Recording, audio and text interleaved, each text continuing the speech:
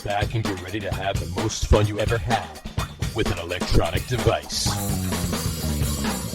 I like the Giants. Colin likes the Giants. All right, then Jets against Seattle. I'll take this one.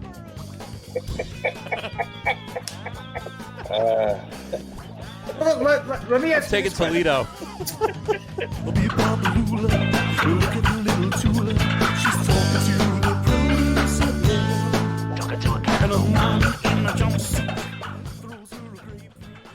All right, everybody, welcome out to the Get On With It Sports Show. It is Wednesday, November 17th, 2021. Jersey Johnny coming at you. With me, as always, is none other than Mr. RadioPete and Mr. Harry Lug Nutz. Say hello, gentlemen.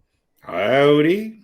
Hello, gentlemen, if that is your real name. If that is your gentle real name. ladies or gentle neutrals. Yeah. How are you today? How's everything going? Harry, Well, how is Denver? Denver's okay. A little chilly, but fine. A little chillier? Yeah. Yeah. It's always good. It's all good. Is it snowing out there yet? No. Has it snowed out there? Probably. Probably. Nothing significant yet. As of Haven't been outside to take it out. And haven't been out since April. gotcha. Of 2018. No, of 21, but yeah, I gotcha. it's been a while. This is true. Pete, how's Yeah. how's the island? The island is just a festering, bubbling cyst. Wow. Is brought that to, right? Brought to you by the Long Island Chamber of Commerce. Commerce. As usual. It's a horrible, horrible place. Really? That's because you just live on the wrong side of the island. That's, depends on who you talk to. Well, I was just joking. But. I don't live on the nice beach side, but You live on whatever. the- It's There's beaches on the Sound. Come on. Yeah, I know that they're raw. You need hard-soled shoes to walk out on them, though. Gotcha. They're all rocks when you get outdoors. Look, whatever. I'm not from here originally. I grew up in the country, and this is just a very different experience, and I'll never, ever get used to it, and I'll never like it here. It's just one big strip of concrete and asphalt and a constantly revolving circus of businesses and new homes that God knows who's going to buy being built all over the place. Yeah, but usually people do buy them, though. Yeah, sure. I mean, to some extent, right? Yeah. Well, yeah. Listen, it's whatever. But you do have your teams out there, so I mean, it's Mets are in Queens, kind of island, so to speak. Yeah, it's close to the city and all that. I mean, it's the suburbs, and whatever, family or something here. So I guess that's good. Then, of course, hockey-wise, I mean, you grew up upstate and you live on the island, so of course your hockey team is none other than the Devils. So yeah. Gotta love that. Well, that was just because I didn't have a hockey team. Right. I'm guessing most of my friends were Ranger fans, of course. Because we sense. were not that far. We're only, less than 100 miles or north of the city. Right. And so they were Ranger fans, of course, not Islander fans. Of course. But I just wasn't really a hockey fan. And then the Devils moved, and I went, hey, cool. I'll be a Devils fan. Why not? So, What the hell? but So I'm there still not a hockey fan, really. I don't think I could name 3 players on the Devils. You can name 3 old players, I'm sure. Right. Like Yeah, Martin Brodeur, and Martin Brodeur. Yeah. Right, pretty much. I used to pay more attention to them, to hockey in general. But now I just kind of watch the playoffs, and that doesn't bode well lately if you're a Devils fan. This is true. Very true. Anyway, so there's been a little bit of baseball. Hot Stove's really not kicking up yet, but of course the Mets, leave it to them to always give you a couple headlines. Well, somebody's got to do something every week. Right. So it might as well be the Mets. Might as well be the Mets. So, yeah, well, they're Billy Epler, looking like he's. Have they actually made it permanent yet? I didn't see that. Did white smoke come out of the chimney yet? Or no. None of that. The chimney is smokeless so far. Still smokeless. Gotcha. So former Angels GM, the Angels had 5 losing seasons under him. So of course, he's the GM. But the good thing is that he's got a big checkbook to play with, right? So Sure. Sure, why not? Well, listen, Doesn't mean he's going to do the right thing with it, but he's, if you really look back, there are plenty of instances throughout the history of baseball and sports in general, right, where like the eighth choice for management, high management of a team turned out to be great. right. It's so rare that the first or second choice ever does anything. True story. They all suck. So, but he's like the Tom Brady. Could be right. like the Tom Brady. Could of be the GMs. Tom Brady of the GMs, right? Went through 7 other guys. Right. Although in the case of Tom Brady, they were passing 100 on players. 170 other guys. It wasn't like they asked all those other guys to join the team and they all said no. No, right. Like is what's going on with the Mets. But yeah, sure. If you're going to hire somebody, always try and get your 8th choice. Right. That's the way to go. That's the way to do it. Yeah.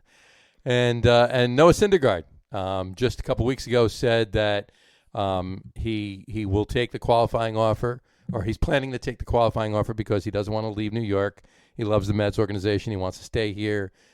He loves the crowd. He loves the fans. He loves the city. He loves everything about it. So he wants to stay here. Mets offered him $18.4 million, and the Angels offered him $2.6 million more for 1 year, and he ran. So, yeah. Bye, Noah. See ya. Well, look, according to one of the writers for the Post, I guess, he basically said, I think the phrase he used was the Mets ghosted Syndergaard after they made the qualifying offer. Is that right? Because according to Sandy Alderson, and I don't know who to believe, but according to Sandy Alderson, they didn't, Noah, did not give.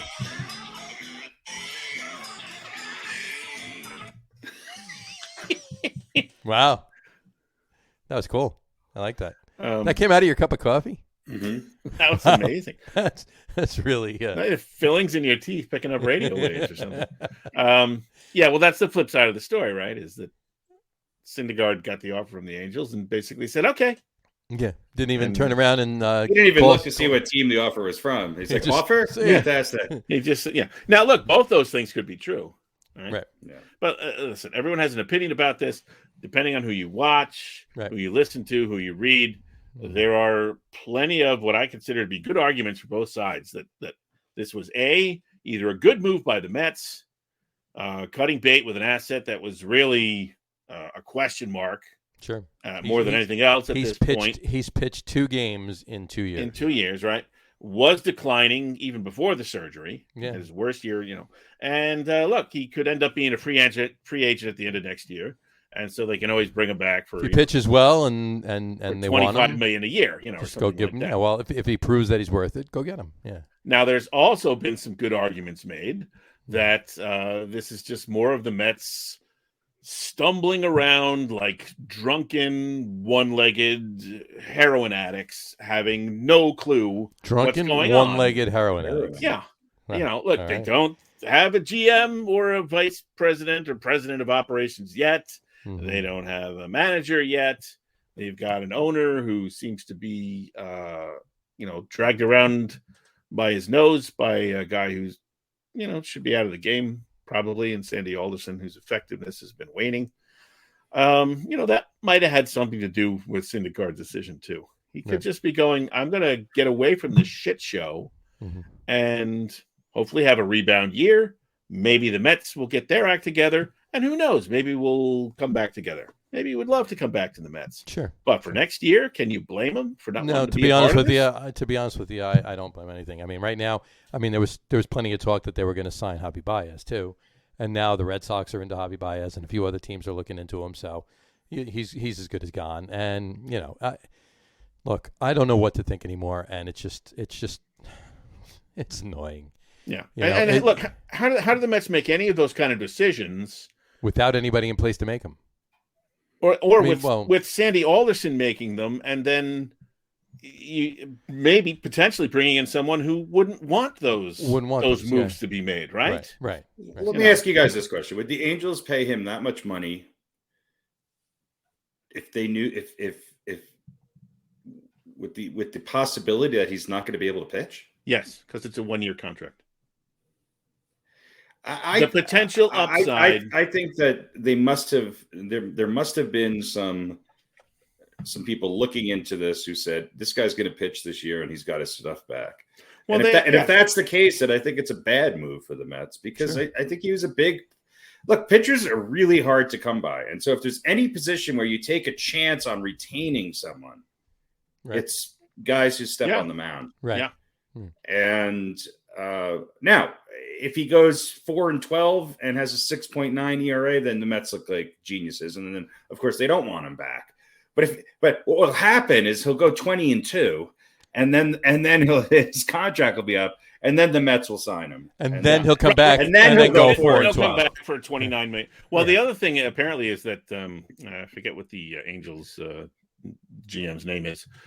Came to New York or flew him out there or whatever, and they had dinner, and he talked about all the things we're going to do for you, Noah. 6-man rotation to keep your innings down so you get more rest. We're going to have you, they're going to make sure that you pitch well and get better, and we're in this for the long haul and blah, blah, blah. So, that may have had something to do with his decision as well, as opposed to, again, the chaos that is the Mets right now. Right. And it probably has a little to do with both, but I'm leaning towards it's a little bit more of the chaos that is the Mets than anything else. Yeah. Right. And whether it's like everything else in sports, the proof is in the pudding, right? If he pitches well, then the Mets are idiots. If he doesn't pitch well, they let their insurance expire, and they forgot that they had a yeah, exactly, right. Look, I mean, does he become if he's anywhere close to what he was prior to this injury, which is a big if, right? Does he become their ace? I mean, I know Ohtani, what did he go 9-2? Something along those lines. And yes, he's the biggest name, but this is if he's 75% of what he's capable of, this is a big pickup for the Angels. It is. It is. Well, right, and as long as they have a lot of other things they need to do, right? The Angels, sure, yeah. but I mean, this could be a big piece of it.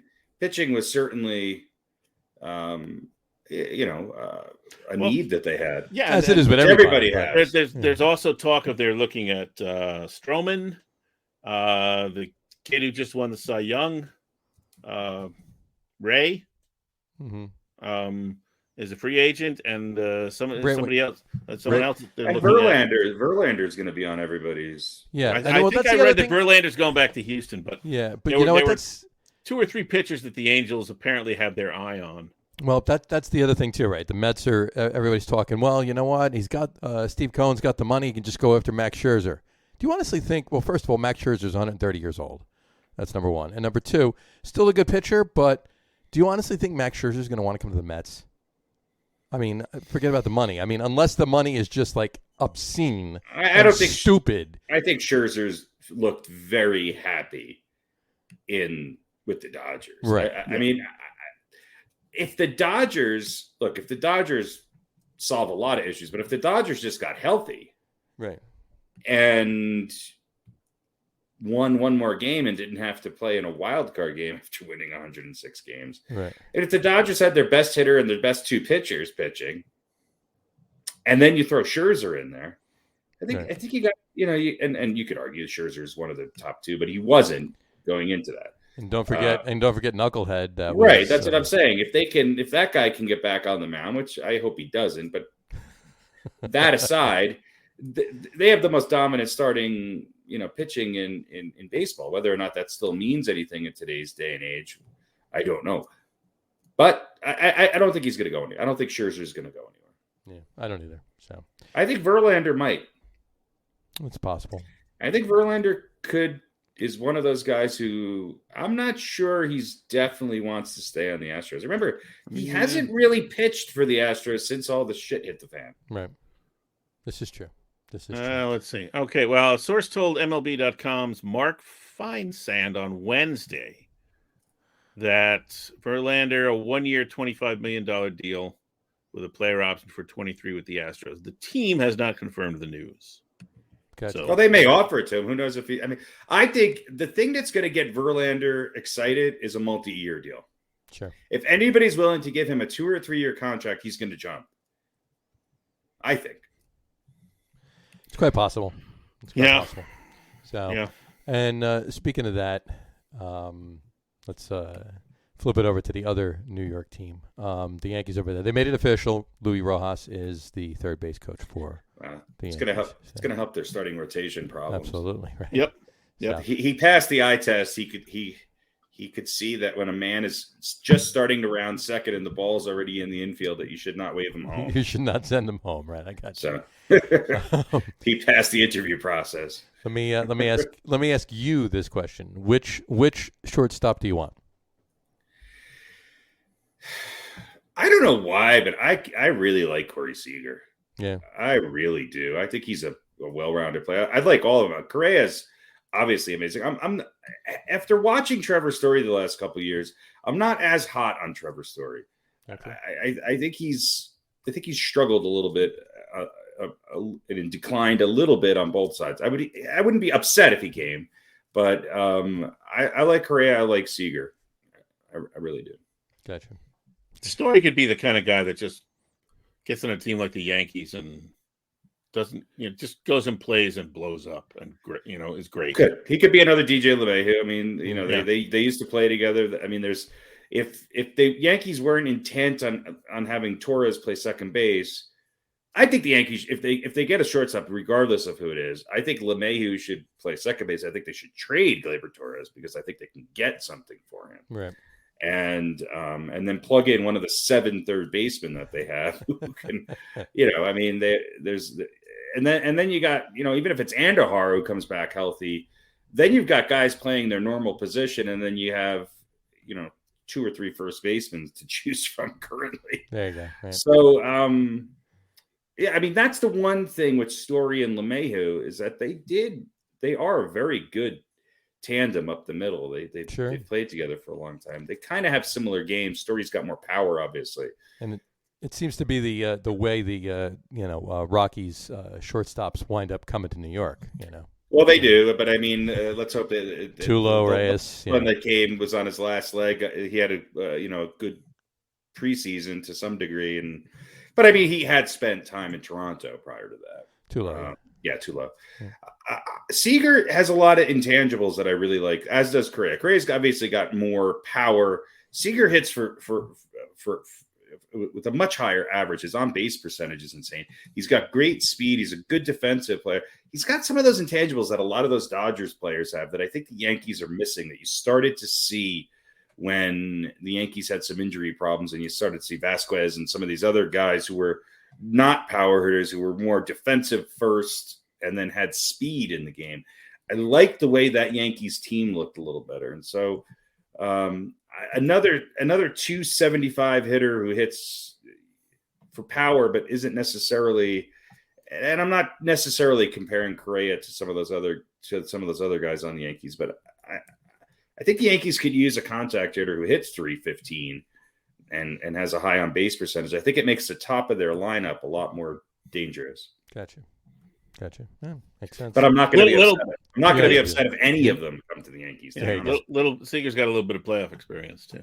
Yeah, he as does Correa, as do all of them, with the exception of Trevor Story, because he's on a team that people forget is in Major League Baseball half the time. Forget it exists too, yeah. except for you guys out there. But yeah. So I don't know.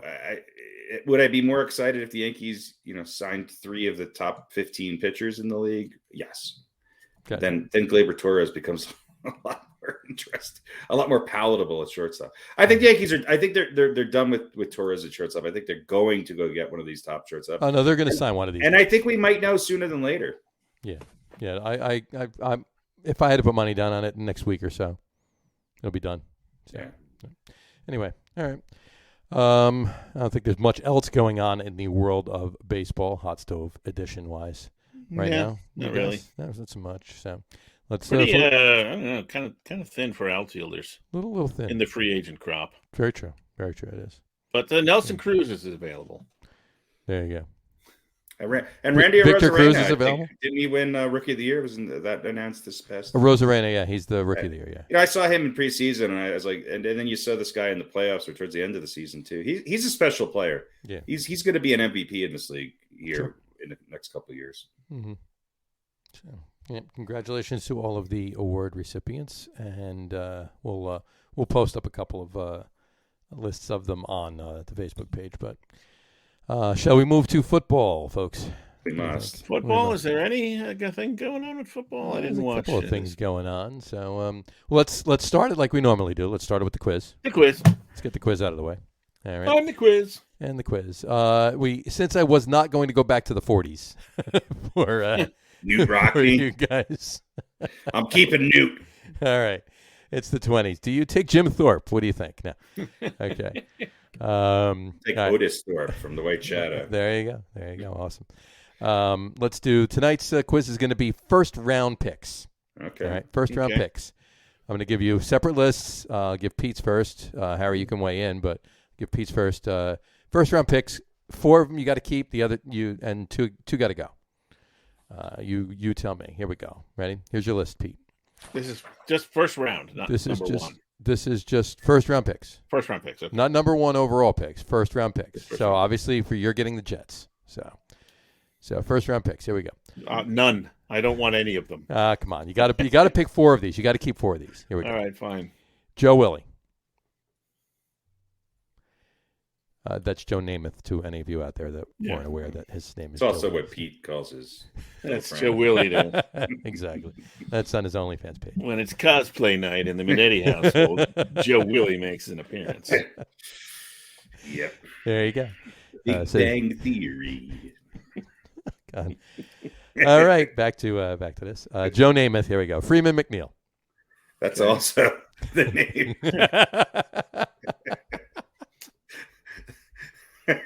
I don't know. The next one is Ken O'Brien. No. That's a safe word. That's a safe word. There you go.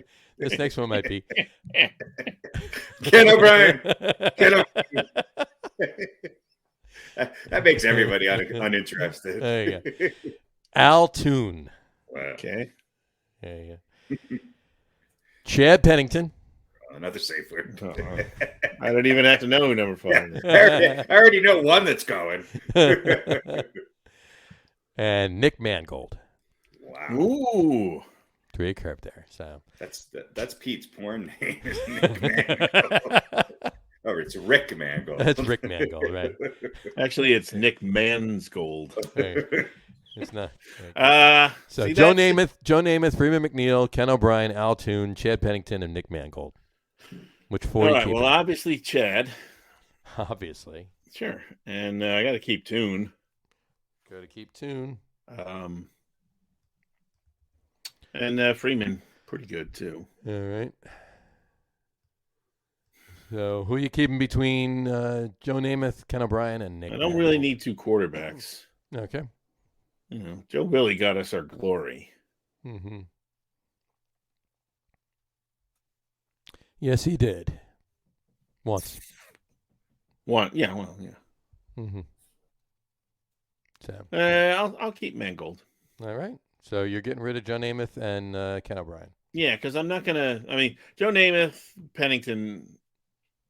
I guess both in their prime. Who do you make the backup? I don't even want to have to deal with that. True story. I don't want them both on my team. Okay. Too hard to. Oops. Oh, There he is. There he is. Okay. You're getting. Yes, that. No. That was just us. And is he back? There he is. What was your question now? Who's he getting rid of? Joe Namath and He's getting rid of Ken Joe O'Brien? Namath and Ken O'Brien. Yeah. So who would you take on that? Weigh in if you want. Who would I get rid of? Who would you get rid of on that list? I'd get rid of Chad Pennington and Ken O'Brien. I mean, yeah. You get rid I'd of keep Chad the Pennington. rest. Gotcha. So you'd keep Joe Namath, Freeman McNeil, Al Toon, and Nick Mangold. Yeah. There you go. All right. All right. Let's flip it over to your list. Here we go. First round picks of the Giants. Ready? Mm-hmm. All right. You got to keep 4. 2 got to go. Here we go. All right. Here we go. Frank Gifford. I'll say that again without my voice cracking. Frank. When it's There we go. time to change. Frank Gifford. There we go. Frank Gifford. Frank Gifford. Phil Simms. Phil Simms. Lawrence Taylor. Definitely getting rid of him. He's know who that systems linebacker. Systems linebacker. There you go. Carl Banks. I'm doing him in chronological order. I'm going to skip the next chronological one for a reason. You'll understand when I say it. But Jason Pierre-Paul, JPP. Yeah. And Phillip Rivers. He was the first pick. And obviously he led to Eli Manning, so that's what you got to look at. I couldn't put Eli Manning because Eli Manning was not the Giants' first round pick. Well, he became the first round pick. He got traded. He didn't become the first round pick. Phillip Yeah, Rivers was true. the first Giants round pick. did not pick Eli Manning. Giants did not pick Eli Manning. San Diego picked Eli. They traded players, not picks, right? That's it. Yeah. Giants drafted Phillip Rivers and then traded him to San Diego for Eli. Well, look, Carl Banks and LT are staying no matter what. Gotcha. Phil Simms I have a weird relationship with because, yes, he did have one great season. You have dinner with him every now and then? I have dinner with him every now and then. I fall asleep while the salad is coming out. It's a weird relationship. Yeah, he's that exciting.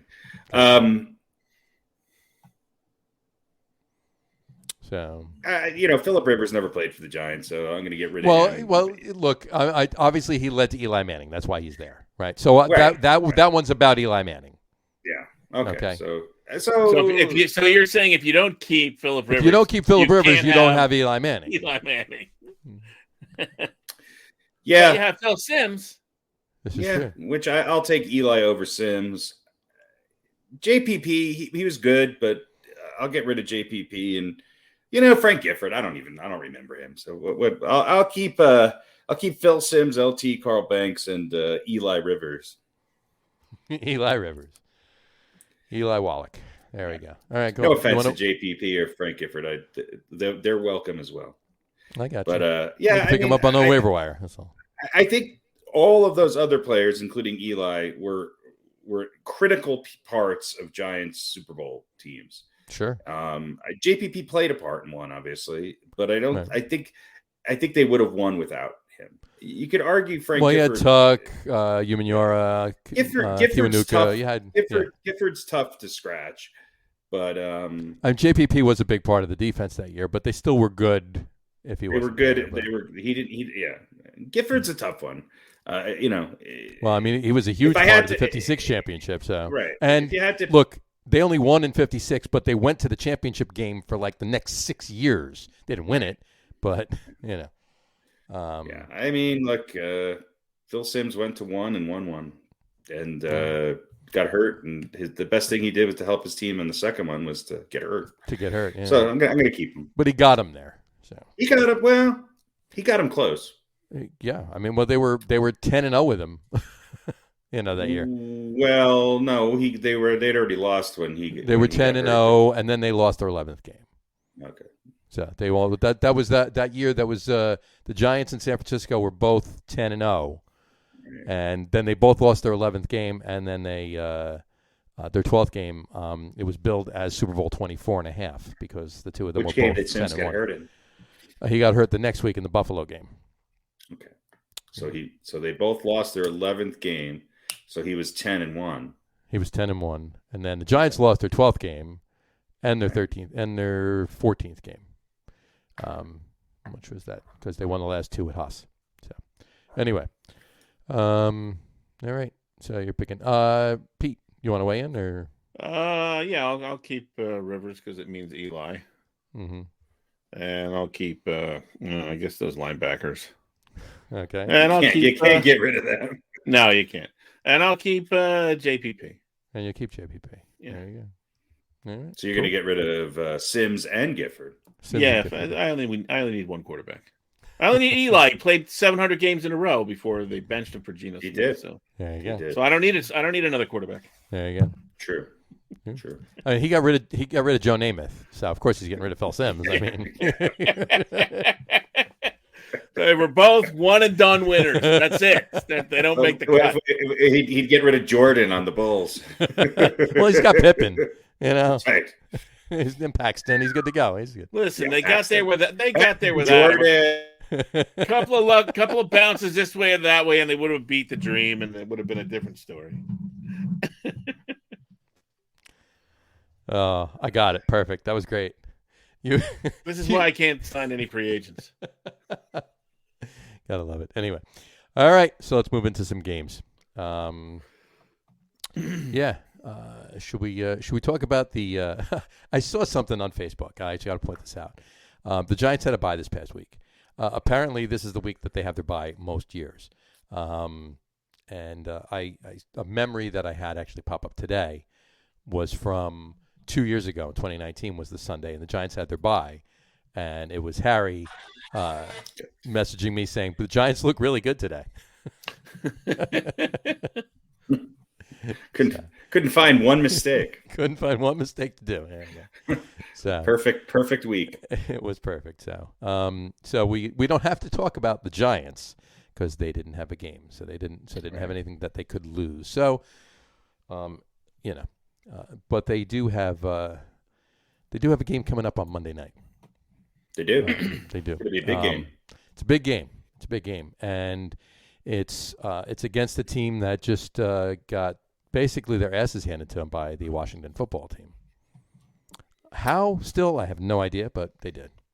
Yeah, is this? We're in the wacky part of because the NFL season. Yeah, but I was gonna say, is it just because it's happening right now, and things were kind of weird last year, or whatever? But is this just a little bit more of a wacky season in general? I think the last like 2 or 3 There's a lot weeks more have parity. been really wacky. There's a lot more parity. Yeah, but I mean, almost like since week 3, and I don't know if we say this every year, and I just don't remember it, but it seems like since maybe week 3 this year, we've gone, how the hell did that happen? Right. Well, like more than just one game a week, right? There's Right. always one game where you go, what the fuck? How? Right. Well, how many like teams 2 or are 7-2 or 8? Yeah. And whatever? And you're like, 3. I don't have any faith in them.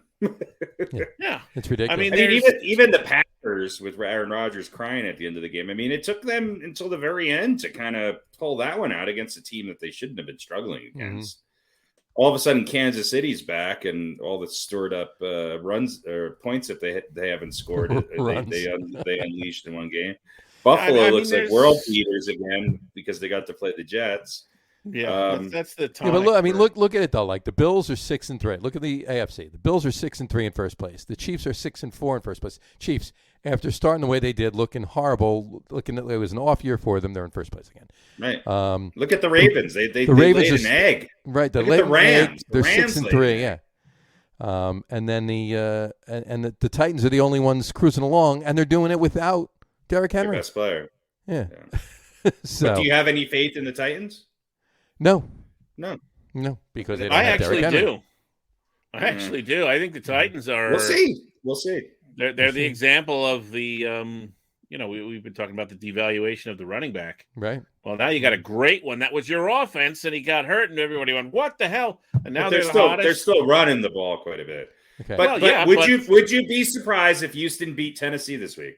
Would it be a major surprise to you? No, it would. It would be pretty. Because Tennessee is boiling hot right now. Yeah. They're the number 1 team in the AFC. They're the number 1 team in football, probably. Yeah. And the Texans are. What did you think? Arizona without what's his name? That looks like a different team. Yeah. Yeah. Well, yeah. That's crazy. Yeah, that's gonna make that game interesting against the Seahawks if he doesn't play. I think he said he's pretty sure he's gonna play. Yeah. Pretty close to returning versus Seattle, I think is what he said. Well, like I'm looking at the standings in the NFC. With the exception of the Lions, everybody's in it. Right. Yeah, I mean, there's teams that are out right now, obviously, but with 7 playoff positions, there's like the Giants, Washington, the Seahawks, the Bears. They're all 3-6, and they're like 1.5 games out of the 7th wild card spot. Yeah, So yeah, I mean, but the NFC East is kind of it's better than it was last year. Yeah, but it's sort of what we expected, right? Right. Dallas going to kind of run away from it, and the other team's going to be fighting for whatever. And how many wins did I say the Giants are going to have? You said, let me go back to it here. Hold on. 10? 6? Pete, Nine? you said Nine? the Giants were going to have 9. They were going to go 9 yeah. and 8. Okay, so 9 and 8. Um, Harry said 7 and 10. I said 8 and 9. So yeah, I think we're all wrong. but you've also got like the Vikings are 4 and 5, but they're a good 4 and 5 team. They are. They could be a lot better. They could be a lot worse. Look, Tennessee's on fire, but they snuck past New Orleans. That was the Dr. Jekyll New Orleans, not the Mr. Hyde New Orleans. Well, all right. They have a very good defense. I think you need more offense than what they're able to create to win.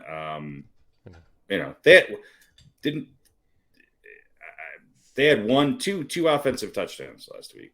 Two offensive touchdowns. That's it. Yeah. So listen, all you got to do is win, right? Right.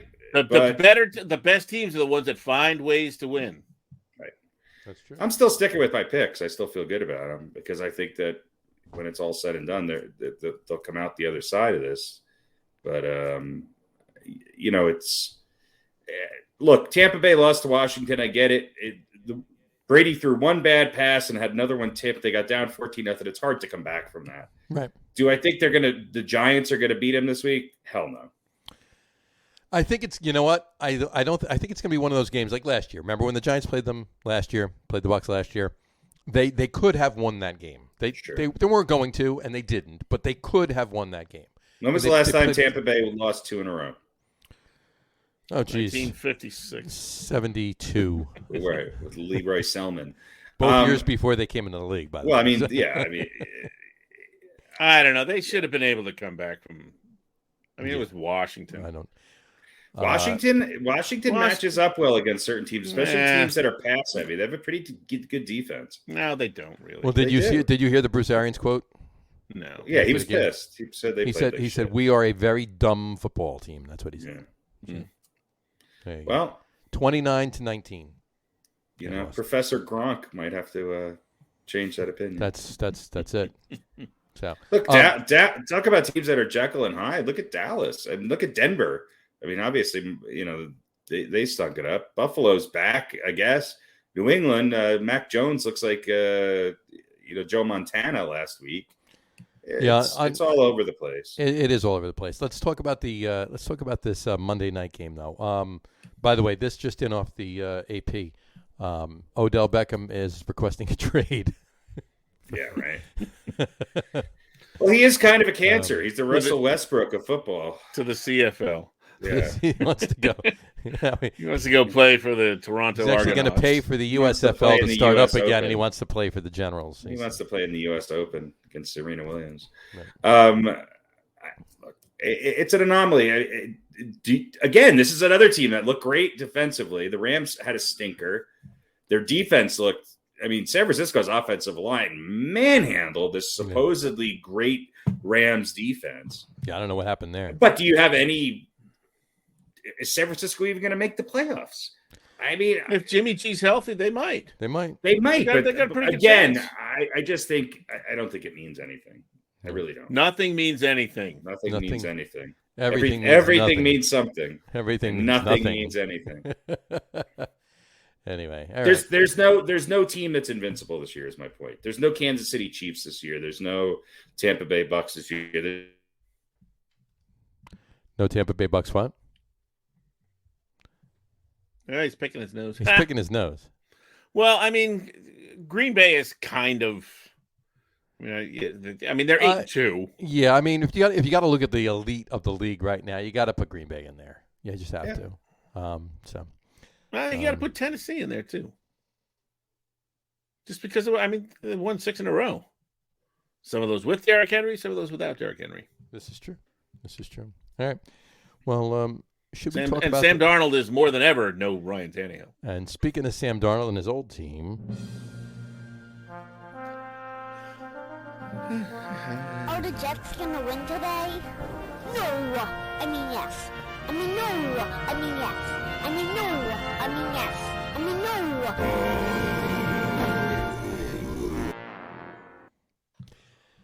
Speaking of that, did you hear the news? Joe Flacco's going to start. Joe Flacco's going to start over Zach Wilson. Yeah. Well, Wilson is Still injured-ish. He's gonna start over Mike. He's gonna start over Mike White. Mark White. What's his name? Mike White. Mike. Mike Well, White. no. Say his full name. Michael White. Michael Jaleel White. Michael Jaleel White. No, Mike fucking White. Oh, Mike fucking White. Yeah. Well, now he is. Yeah. The first week he was. He started to finally look like a Jets quarterback. There you go. What did I say? Finally coming into his own. There. What did I say after the first game? I said they'd find a way to ruin him. You're right. You know. You're right. Listen, Buffalo I don't also think just needed that game. Yeah. Right. And I don't think there's anything Buffalo likes better than beating the shit out of the Jets. To be Pretty honest. much. If they could play the Jets 17 times a year and just beat them up every game. And I don't really. I mean, I don't understand. Obviously, it's a divisional rivalry and all that, but it's not like I certainly can't remember the last time the Jets like spoiled the playoffs for Buffalo. If anything, it's kind of happened the other way around, right? I think during the Rex Ryan. It did the other way around. There were years. It wasn't even Rex Ryan. It was when Fitzmagic was at quarterback and Todd Bowles was the head coach. O'Brien. Yeah, that's it. They lost to Buffalo in the last game of the season. I mean, you have to remember that Buffalo was horrible there for years and years and years and years. Right. Yeah, but they also had a pretty nice run, although they couldn't win a Super Bowl. They did. Right. They did. They had a great run, and then they were horrible for a number of years. Yeah. And before that run, but the Jets weren't tearing it up. But the Jets weren't tearing it up when the Bills were horrible, and because that division was all about New England, and it still is. But I mean, look, the Jets are a 3-win. Other than Buffalo, the Jets are the only other team that has won the division in whatever 22 years or whatever. 22 years. The Jets and the Dolphins won it once too. Did they? The Jets won it once, and the Dolphins won it once, and Chad Pennington won it both times for each team. And you want to keep Joe Willie because of one Super Bowl. There you go. And give up Chad Pennington. And those took two different AFC East teams to the playoffs. Won the division. Who did Joe Willie? Who was the quarterback for the team that Joe Willie beat in the Super Bowl? That would be Johnny Unitas. There you go. Well, he wasn't he came in later. He came in later, yeah. Who was the actual starter? I want to say Earl Morrall. Is that right? It was Earl Morrall. There you go. It was. So, yeah, the Jets are terrible, and I don't know. They have running game. They have no running defense. They're pretty bad. Yeah, I don't know what their accomplishment is going to be. They'll win 3 games this year. Somehow they'll win another game, but that's about it. Pretty much. Who are they playing this week? They are playing Miami this week. They're playing the Dolphins. Yeah, who's coming off a big win over the Ravens. Right. For their third win for crying out. This has Jets upset written all over it. Well, the Jets are home, and Miami's favored by 2.5. And the over-under is 45. So there you go. Just speaking of last, was that your OnlyFans? Excuse me. I'll be right back. Rick Mangold. Uh-oh. Where's he going? What do you think he's doing? I never know what he's doing under there. Yeah. There we go. Whew. That's what you get for $4. Just so you know, my prices are low, but it's not a bargain. What did you just flash your tits and then come back? Yeah, pretty much. I did a little tassel action, and that's all. Just wagging around a little bit. Anyway. I just got to let my son know that, as I previously told him, I'm podcasting and I can't pick you up from school. There you go. Well, he's there late. Detention? Well, now he's got jazz band. Kidding, I know. Jazz hands? He's got jazz hands? He's got jazz hands. He's got jazz band hands. Jazz band hands. All right. While you text your son back, I will say this. I was about to say, the Jets are the first team. Ready? Pay attention to this. They're setting new records. The Jets are the first team to allow at least 45 points in 3 consecutive 3 times within 4 games since 1966. And the other Here's team the quiz. that did it? Oh. Who was the team in 1966? That did it? That did it. Allowed was it 45. Was it an NFL team? It was an NFL team. Allowed 45 points 3 times in at least 45 points 3 times in 4 games. In 1966. In 1966. It's So not a the far Jets walk. Were the Jets in the NFL yet then? They were. So Was it's the probably Giants? the Jets. It's Probably the Jets. No, Pete's right. It was the Giants. The Giants, yeah. It was the Giants, yeah. So Trying to think, when were the Giants not it was right. good? There were a few periods where they were not so good. That was Yeah, like the last 10 years. That was a couple of years after Wyatt Tittle's last year, so they were on a downtrodden there. But it was before Fran Tarkenton came to town. But anyway, did you see the news about what Rex Ryan said about Robert Saleh? No. You didn't see that? No. Rex Ryan said, "Don't ever compare him to me." Because he didn't have a ready-made team that that was ready to go to the AFC Championship. He said, Rex said, "Don't ever compare Robert Saleh. Don't ever compare him to me." That's what he said. And then Robert Saleh was asked about it after the fact, and he said, "I don't know what his problem is. If he has anything to say to me, I'm standing right here. But he's always got something to say." So, can I ask you guys a question on that? Who compared them in the first place? I have no Who idea. knows? No, all right. But Don LaGreca, is maybe? ESPN running out of money? Because why do they have the worst commentators on their sports program? I don't know. I think the three of us should be on there, honestly. Well, I mean, Max Kellerman leaving First Take. I don't care what anybody says. It is horrible now. It's horrible. They should, and the NFL show or the show with what's his name, the old Mike and Mike guy, whatever it's. I don't know what his show is called now. Oh, Get Up with Get Up. I mean, Rex Ryan is on there all the time, and I'm just it's horrible. Yeah, I think Booger's on shows too. You know, Booger's on shows. Just... Michael Irvin he's good, but there's too much of him. Same thing with what's his name, the ex lineman that's on there all the time. I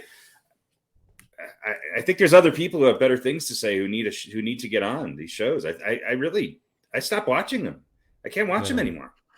Yeah, I don't. They're just. I don't know what they're doing, and certainly on the radio, they're moving things around. Kellerman's on the morning show now. They got rid of what's his name, Mehendi Zubin, and replaced him with Kellerman. So he's with Keyshawn and Jay Will, which I'm not sure Zubin was the problem on that show, but I was half tempted to put Keyshawn on a list for you too.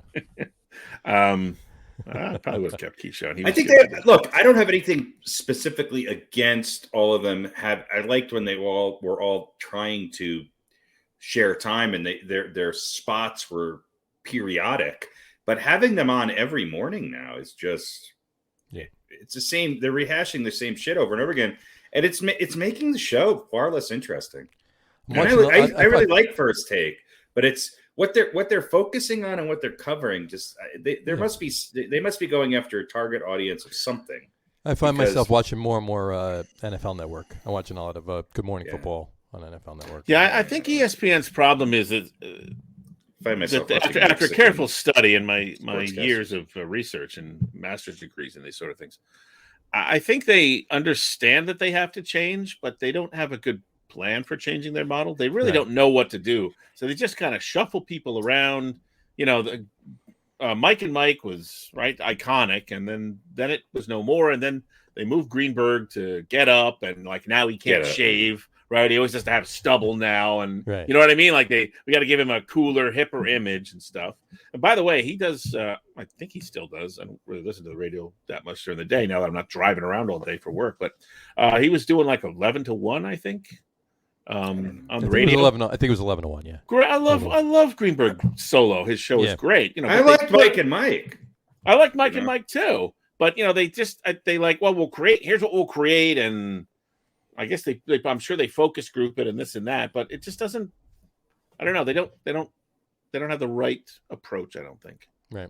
Maybe they're trying too hard, and I don't. They just keep shuffling people around.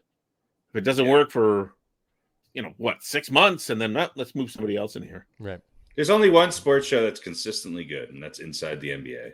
I thought you were going to say the Get On With the podcast. No, there's the Get On With It podcast, but consistently is kind of I said. There's one show that's consistently good. That's Inside the NBA.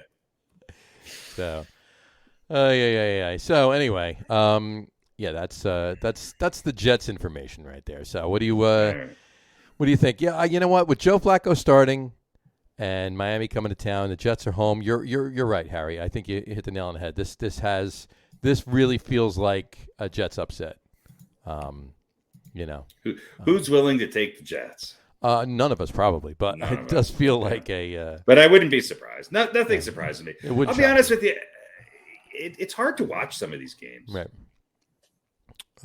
It's listen. It really is. It really is. Flacco could come in and do what Mike White did in his first week, and they could Flacco tailor the could also offense Flacco could sprain his ankle on the first snap. Well, that's just it. If they can't keep the. When was the last time Flacco threw a pass here in Denver? Well, I just want to read you. I want to read you a couple of these stats really quick. All right, cool. Now, Mike White played what? 2 games? It's 3. One and three-quarter games. Two and three-quarter games. Oh, that's right. He got played 3 though. Yeah. And Zach Wilson he played what? 6 games. 6 games. 7 games. All right.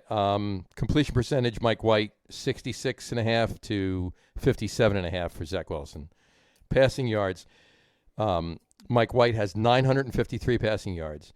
Zach Wilson has 1,168, so 200 yards more, but he also played in more than 3 games more. Yeah, 4 games more. Yeah, but what's the passing TDs? But Mike White had 400 yards in one game. In one game, right. And 500 in the other 2, which 250 is not bad. It's better than Zach Wilson. It's better than Zach Wilson had, right. Passing TDs, Mike White had 5 in his 2 and 3/4 games, and Zach Wilson had 4 in his 6 games. Right. Yeah. Interceptions, Wilson has 1 more than Mike White. Mike did throw a lot, but that was in that one game, obviously, on the other day. Last week. And then the passer rating, though. Mike White's passer rating, it's only 51.5. Zach Wilson's passer rating, 27.8. That's bad. That's bad. Well, look, but he's a rookie, right? Mike White and Zach Wilson aren't necessarily the only problems with the Jets. No, I think right now the best quarterback on the Jets is obviously going to play this Sunday right now, Well, I don't know. Flacco has not played in a long time, and he's had some injuries. But because of his experience, he's still probably the best quarterback on the team. Well, we'll see. It's been 2 years, right, since Joe Flacco threw a pass? Well, he came in. Am I wrong in that? No, he played in the end of the game last week, and he actually looked decent. Before that, he was on Denver last year. Yeah, but he got a couple games on Denver. Well, he started, but then he got hurt, right, or got pulled. I don't know. I can't remember. I don't know what it was. Yeah, and then he was on the Jets the year before that. So, but what are you going to do? So, anyway, go Joe Flacco. Bump it back to the Giants for a second. I just wanted to say obviously the game's Monday night in Tampa. The Bucks are 11-point favorites, and the over/under is 50.5. So, just wanted to bring that. There you go. So. I got to think the Bucks are out for blood. Tom Brady's out for blood. I mean, yeah. Well, I mean, it's the same thing. Coming off a bad loss, and it's against the Giants. It's the same. It's the same thing you wanted to say about the Cowboys last week, right? Because the Cowboys got embarrassed by the Broncos the week before. Obviously, they were going to whoever they were playing. They were out for blood this past Sunday, and it's going to be the same thing for the Bucks this week. So, but as for Brady, especially so. Brady especially with the team that stole 2 Super Bowl rings from him. Right, but there's well, I shouldn't say that. Beat him. The team that beat the shit out of him. There is not one person is going to be on that field on Monday night that had anything to do with either of those Super Bowl wins. Doesn't matter. They're wearing the same uniforms and some of the same numbers as those guys. And exactly. listen, that might work, actually. Brady might have flashbacks. There you go. Right. To those Super Bowls. All of a sudden, Azeez Ojulari has 30 sacks because... You could have some bad memories and just be sitting on the bench. That's pretty funny. That could happen. It could happen. Probably not, though. We do have a comment in here. Dave Scardino says it's all about the Cowboys. Yes, it is, Dave. Yes, it is. All right. The two of you can, have your private Cowboy time later if you want. So. Yeah. You guys can have your Brokeback Mountain moment. So, in any event. All right, I got a couple of headlines for you. Not headlines, but info for you. Seahawks. That was the first time. That was first time they've been shut out in 10 years. Wow, which is crazy because they're a team that just has shutout written all over them. Right. That was Russell Wilson's 150th game. He's never been shut out. So congratulations on your 150th game, Russell Wilson. You got shut out. So, that's a pretty good streak, though. It's a good streak, sure. Travis Kelce, some stats here. Travis Kelce versus the Raiders. 724 yards and 5 TDs. So yeah, he was a little pumped up. A little bit. Raiders, and keep going on the Raiders here. Raiders, since they went to the Super Bowl in 2003 against the Bucs, all right, since then, San Diego has won 5 AFC West titles. I'm sorry. Yeah, San Diego has won 5 AFC West titles. Denver's won 6 AFC West titles, and Kansas City's won 7 AFC West titles. Plus, the Raiders have only had 1 winning season in those 18 years. So there you go. Yeah. They always come on strong, and then right out. Right done. Well, they're a mess. Yeah. So there you go. Moving on to little info for Pete and Dave. Dallas, their 40-point win was the first time since 2000 that they won by 40 points or more when Randall Cunningham was filling in for Troy Aikman. Wow. So that was the last time they had a 40-plus point win. Randall Cunningham. What did they say? Randall what? I don't know. Randall is cunning, I believe. Randall is cunning. Oh, there Randall Cunningham played for the Cowboys? Yes, he did. He was a backup for Troy that. Aikman. Yeah. Not in the prime of his career. No. Well, obviously, yeah. Yeah, I mean, it was the year 2000. Randall Cunningham was playing for the Eagles in the 80s. So you figure it out. He was, I don't know, 46. Something like that. Well, he went from the Eagles to the Vikings first. Then he went down to Dallas, right? Something like that. Pretty sure. Yeah, I don't know. That sounds right. So I have no reason to think you're lying. No, that's pretty right. Cam Darnold. Cam Darnold. I like when you quote him the other day. Cam Newton. Cam Newton became the first quarterback in 30 years to run for a touchdown on his first run of the season and throw for a touchdown on his first pass of the season. So 30 years ago, someone else did it. 30 years ago, I don't know who it was. I don't have that info, but 30 years ago. What year was 30 years ago? 91. 1991. 1991 was 30 years ago. So that doesn't help me at all. Well, it was a good year for music. It was. You're right. Yeah. So I think, I think the last person to do it was, Eddie Vedder. Eddie Munster. Eddie Munster, right there. So anyway, there's and that. it doesn't it probably was not even a team that was good. Probably just not, a coincidence, right? They had like 4 wins that season, but in that first game, that quarterback ran for a touchdown on his first run and threw for a touchdown. Yeah, and it was a kickoff, a fumble, recovered at the 6, and then he threw it in the end zone. Exactly. Yes. So something like that. But I'll have to check to see who that was. But yeah, so that's the stat. Cam became the first. Newton became the first quarterback. Yeah. You would think that would be listed in the story. No, it wasn't. Well, that hasn't happened in 30 years. Yeah, well, since who? Well, I don't know, but it hasn't happened. I'm not telling you. Right. I know who it is. I looked it up, but I'm not going to mention it. I'm not going to mention it. Do your own research. Do your own research if you want to know who. I only talk about when. He didn't say it hasn't happened in 30 years. He says it hasn't happened in at least 30 years. Right. It may have never happened. It could have never happened, but it's been at least 30 years. So, Scooter Molander did it in 1948. There you go. Yes, he did. And the only other headline I got is Packers. The Packers have not allowed 30-plus points since their first Week 1 loss. Mm-hmm. So there you go. Is Rodgers going to cry again this week? Or Probably. Why not? What the hell? What the heck? He should cry for thankfulness every time he gets to set foot on a football field, for crying out loud. He should just be happy. He really should. What the hell? Anyway. All right. I think it's about time that we do our picks. What do you think? Yeah. Sure, why not? Let's do it. Beaten by the coin. I'm sure I'll lose to the coin. No one wants to be beaten by the coin. Bad week. Horrible week. Well, for you guys. Not for you and the coin. No, not for me and the coin. We got the graphic this week. Should I put it up? Oh, yeah. All right. I'm glad you were able to get that in. I can't believe I There we never thought of that before. Yeah. So you guys 2-3. We went 2-3. You went Picking, 4-1, and so did the coin. Yeah, the coin going 4-1. Stupid pick of the Jets, and I told the coin that, but he scoffed at me. He still listened to it. Still listening. And if it wasn't for the damn Raiders, I never should have picked that game anyway. But yeah, listen, got it maybe a little bit lucky with Philly, but 4-1, back on top. Back on top. And the coin, listen, only a game under 500, and all of us only a couple games apart anyway. So right. Still pretty good. Still pretty good overall. All right, there you go. Interesting. All right. So what are we doing this week? We'll start with we'll just go down when the games are on the schedule. And 1:00 on Sunday will be the Dolphins visiting the Jets. And since I'm the Jet fan, I'm gonna take Miami. So am I.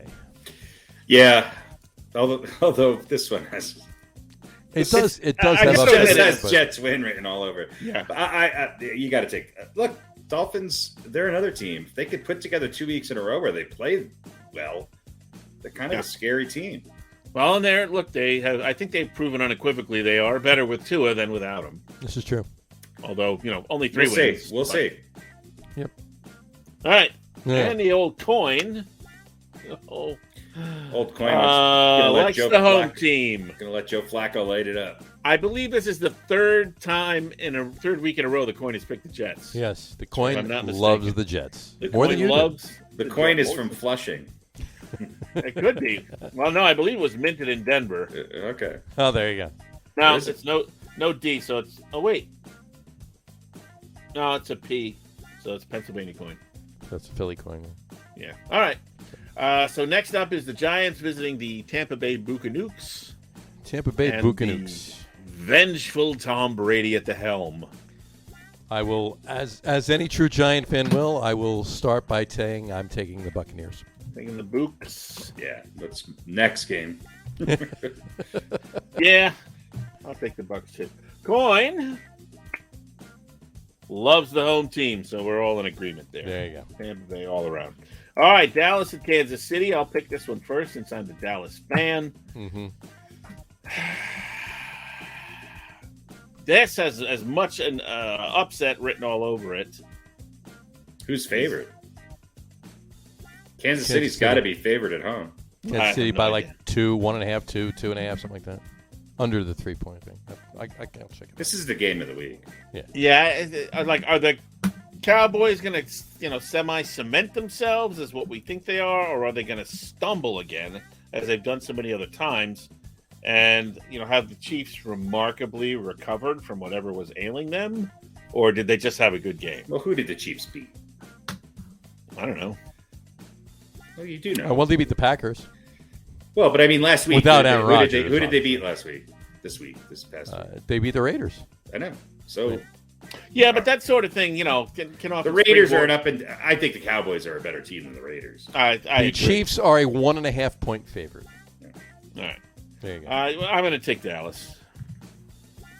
And they opened at 2.5. They're 1.5 right now.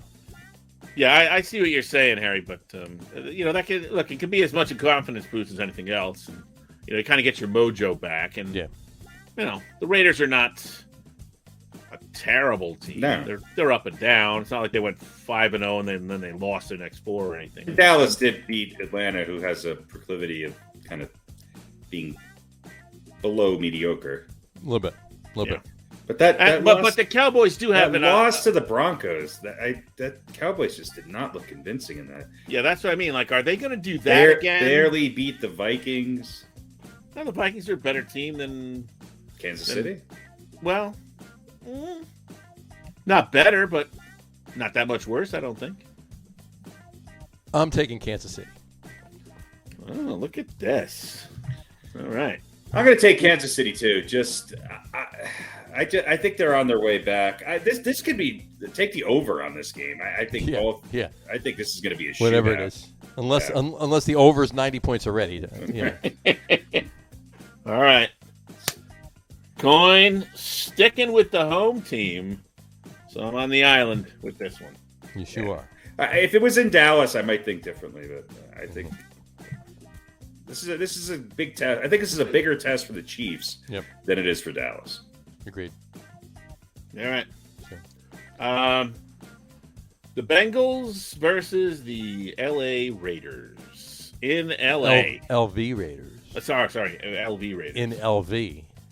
In LV. There you go. I'm just going to say the Bengals are winning the game. I'm taking Cincy. All right, Johnny likes Cincy. I kind of do too. I don't like this game. Ugh. I don't like the game, but if I have to pick it, I'm picking Cincy. Yeah, I agree. Yeah, they're both 5-4, but Raiders seem less stable. Yeah, Cincy's had 2 bad games in a row, though, right? Wasn't Cincinnati 5-2 going into the last 2 weeks? I think so. Yeah, but they also had a week off. A week off. Yeah. Yeah, I think the Bengals are probably a little better than the 5-4 record with respect to the Raiders being better than their 5-4 record. Right. Right, exactly. And the coin likes the home team once again, so coin's out on the island and the silver and black. And finally, what could be very interesting, the winless Lions against the tieless Browns. That's a way to put it. Sad. Is Detroit finally Detroit's not going to go over again, right? No, they can't. How much would you have to be paid to watch this whole game? I don't know. The Browns just look horrible. But then the week before, they look great. Yeah. I think what is the quote I saw from Baker Mayfield? Mayfield said, "I'm probably the most beat up I've been, but I don't think anyone gives a damn." That's great. So he's been kind of struggling. I'm really tempted to take Detroit. I am too. They suck. But they tied the Steelers. I want to take Detroit. But the Steelers are like a soda that's been left in the refrigerator with the cap off. They come out flat often. Yeah. And nice analogy. They were without a Roethlisberger, which, look, a lot of these teams, you take away the quarterback. The Steelers are not ready to move on from Roethlisberger with the quarterbacks. No, but I mean, it was the freaking Lions. You got to. If you can't beat the Lions with your Lions have been in some close games, though. The Lions have been in some. They've been blown out a couple of times, but they've been in a lot of close games. Yeah. Against who, though? I think the Lions can be exploited in the passing game. This is a tough one to call because Baker Mayfield is beat up, but I think the Browns have a bounce back game and are able to score a couple touchdowns via the air, and I think they'll be able to run the ball against the Lions too, and maybe have a little bit of a better execution in the red zone than the Steelers did for sure. I'd be happy if the Lions won, but I'm going to take the Browns. Yeah, right. Who do you like, John? I want to take Detroit. I really do. But I can't. I feel like the Pistons could beat the Lions on it. All right, here's the Lions schedule. Oh, here we go. We're digging deep. We're really going to get the really over analyzing the Lions Browns game. Well, why not? It might be fun. They lost by 8 to San Francisco week 1. Yeah. Got beat up by Green Bay in Green Bay. To be expected. Lost by 2 at home against the Ravens. Tough. Like I said, they played some tough teams tough. Lost by 10 at the Bears. Lost by 2 at Minnesota. Got the crap kicked out of them by Cincinnati. Crap. At home. Okay. They haven't really been in any close games. Well, 19 loss to the Rams, 44-6 to the Eagles. I'm good. Well, I'm good. And then a tie to Pittsburgh. I'm going with Cleveland. So I'm going with Cleveland. Yeah. You as well? Yeah, I think so. All right. I mean, I do have a little bit of a lead, which, I like to squander that when that happens. Every now and then, sure. But I'm going to go with the Browns. Let's see if the coin sticks with the home team.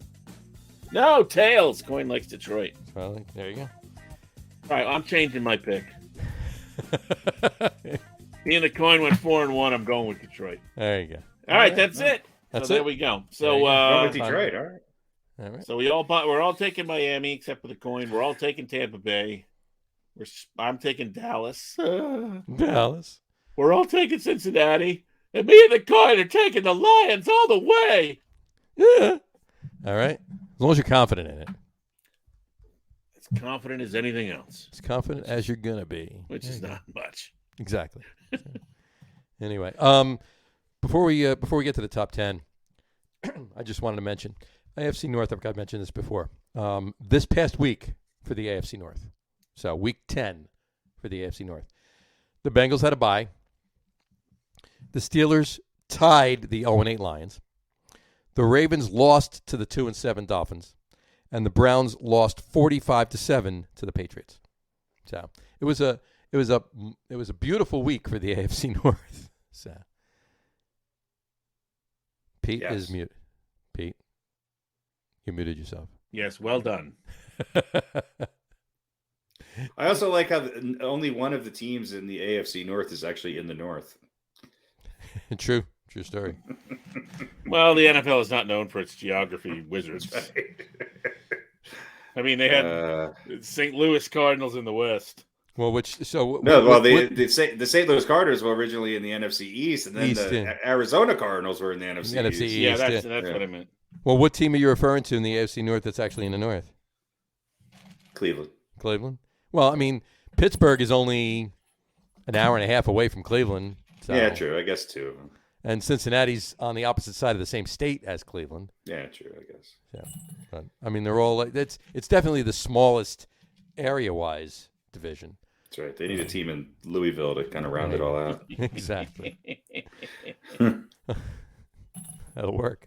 What are you doing? Counting your change? He's counting. He's checking to see if he has a Denver minted coin for next week. I was kidding. Is that what you're doing? No, I'm preparing the over/under. Oh, he's preparing the over/under. I told you I had one, but it was a lot of stuff to count, so I figure I'll count it while we're going through our top 10. They'll give me an hour to count it. That'll work. Let's get through this in less than an hour, please. All right. Maybe no middle names, not all the stats. No, I'll just read one stat. I'll just read the entire list, and we'll move on. How's that? All right, folks. Well, we kind of know a lot of these people are well known. This is true. Well, we'll be generous, but we'll take it easy. Here we go. This week's top 10 is. I'm not going to be able to count while you do this. Number 10, 60. 60. Wasn't that an old Well, write down where you're at now, and then you can go move on from there. Was that like an old Marx Brothers bid or an 60, old yeah, Abbott and Costello where one guy's counting the money and the other guy keeps shouting out numbers? Sounds like a Three Stooges kind of thing. Yeah. Anyway. This week's top 10 list is top 10 San Francisco 49ers of all time. Top 10 San Fran 49ers of all time. All right. And this week we actually only have 10. Excellent. The three of us actually voted for the same 10 people. A couple of different positions, but the same 10 people. So we're going to kick it off with number 10, obviously, and that would be Mr. Frank Gore. Frank Gore Sr., to be exact. He was drafted in the third round, pick 65 overall, out of Miami in 2005 by the 49ers. He played 10 seasons for the 49ers, played 3 seasons for the Colts, 1 season for the Dolphins, 1 season for the Bills, 1 season for the Jets, and he is not playing right now. Is he signed to the Jets, though? I do not believe so. Okay. No. He's going to be their quarterback next week. He's going to he doesn't. He's not signed. He only signed a 1-year deal last year. That was it. So he's not signed. Surprised somebody didn't pick him up just for. The season's still young. There's an interesting stat. So I'll get to it. Maybe he doesn't because of this. But okay. 5-time Pro Bowler, 1-time second-team All-Pro. Remember the 2010s All-Decade team. He won the Art Rooney Award in 2016. He was a national champion in his freshman year at Miami, but he has 3 NFL records. Most games played by a running back, 241. And he was the first player in NFL history with 12 consecutive 1,200-yard seasons from scrimmage. So there you go. That's not bad. There you go. And his career stats as of last year, rushing yards, an even 16,000. Not 1601. Not That's why he's not playing anymore. He's not playing anymore. He's even going 16,000. out. I saw that. Number. Even 16,000. 4.3 yards per carry, 81 touchdowns, 484 receptions, 3,985 receiving yards with 18 receiving touchdowns. And he had one fumble return, too. So there you go. Frank Gore Sr., number 10 on our list. All right. That brings us to number 9 on our list is Mr. John Taylor. No, not John Taylor from music fame. John Taylor from the 49ers. So, Girls on film. 2 minutes later. All right. John Gregory Taylor.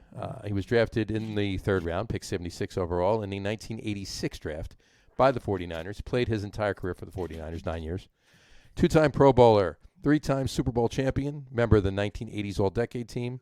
And he's in the Delaware Sports Hall of Fame. Wow. With Joe Biden? I believe so, yeah. Mm-hmm. Played 121 games, started 101, had 347 receptions for just shy of 6,000, actually just shy of 5,600 yards, 5,598. 43 touchdowns, 2 return touchdowns, and he had 1,517 punt return yards and 276 kick return yards. So, there you go. John Gregory Taylor, number 9 on our list. All right. That brings us to number 8. Number 8 is none other than Mr. T.O., Terrell Owens. Terrell Eldorado Owens. Really? Terrell Eldorado Owens. Look at that. Yes, exactly. His parents wanted to name him Seville, but they went with Eldorado instead. So there you go. Wide receiver for the 49ers. He was drafted by the 49ers. Round number 3, pick 89 overall in the 96 draft by the 49ers. He played for 8 seasons with the 49ers. Then he went to Philly for 2 seasons, went to Dallas for 3 seasons. You may remember him crying and saying, that's my quarterback. Went to Buffalo for a season, the Bengals for a season, and then he went to the Allen Wranglers in 2012 and was on the Seattle Seahawks practice squad in 2012 as well. 5-time first-team All-Pro, 6-time Pro Bowler, 3-time NFL receiving touchdowns leader. Member of the 2000s All-Decade team. He's in the 49ers Hall of Fame.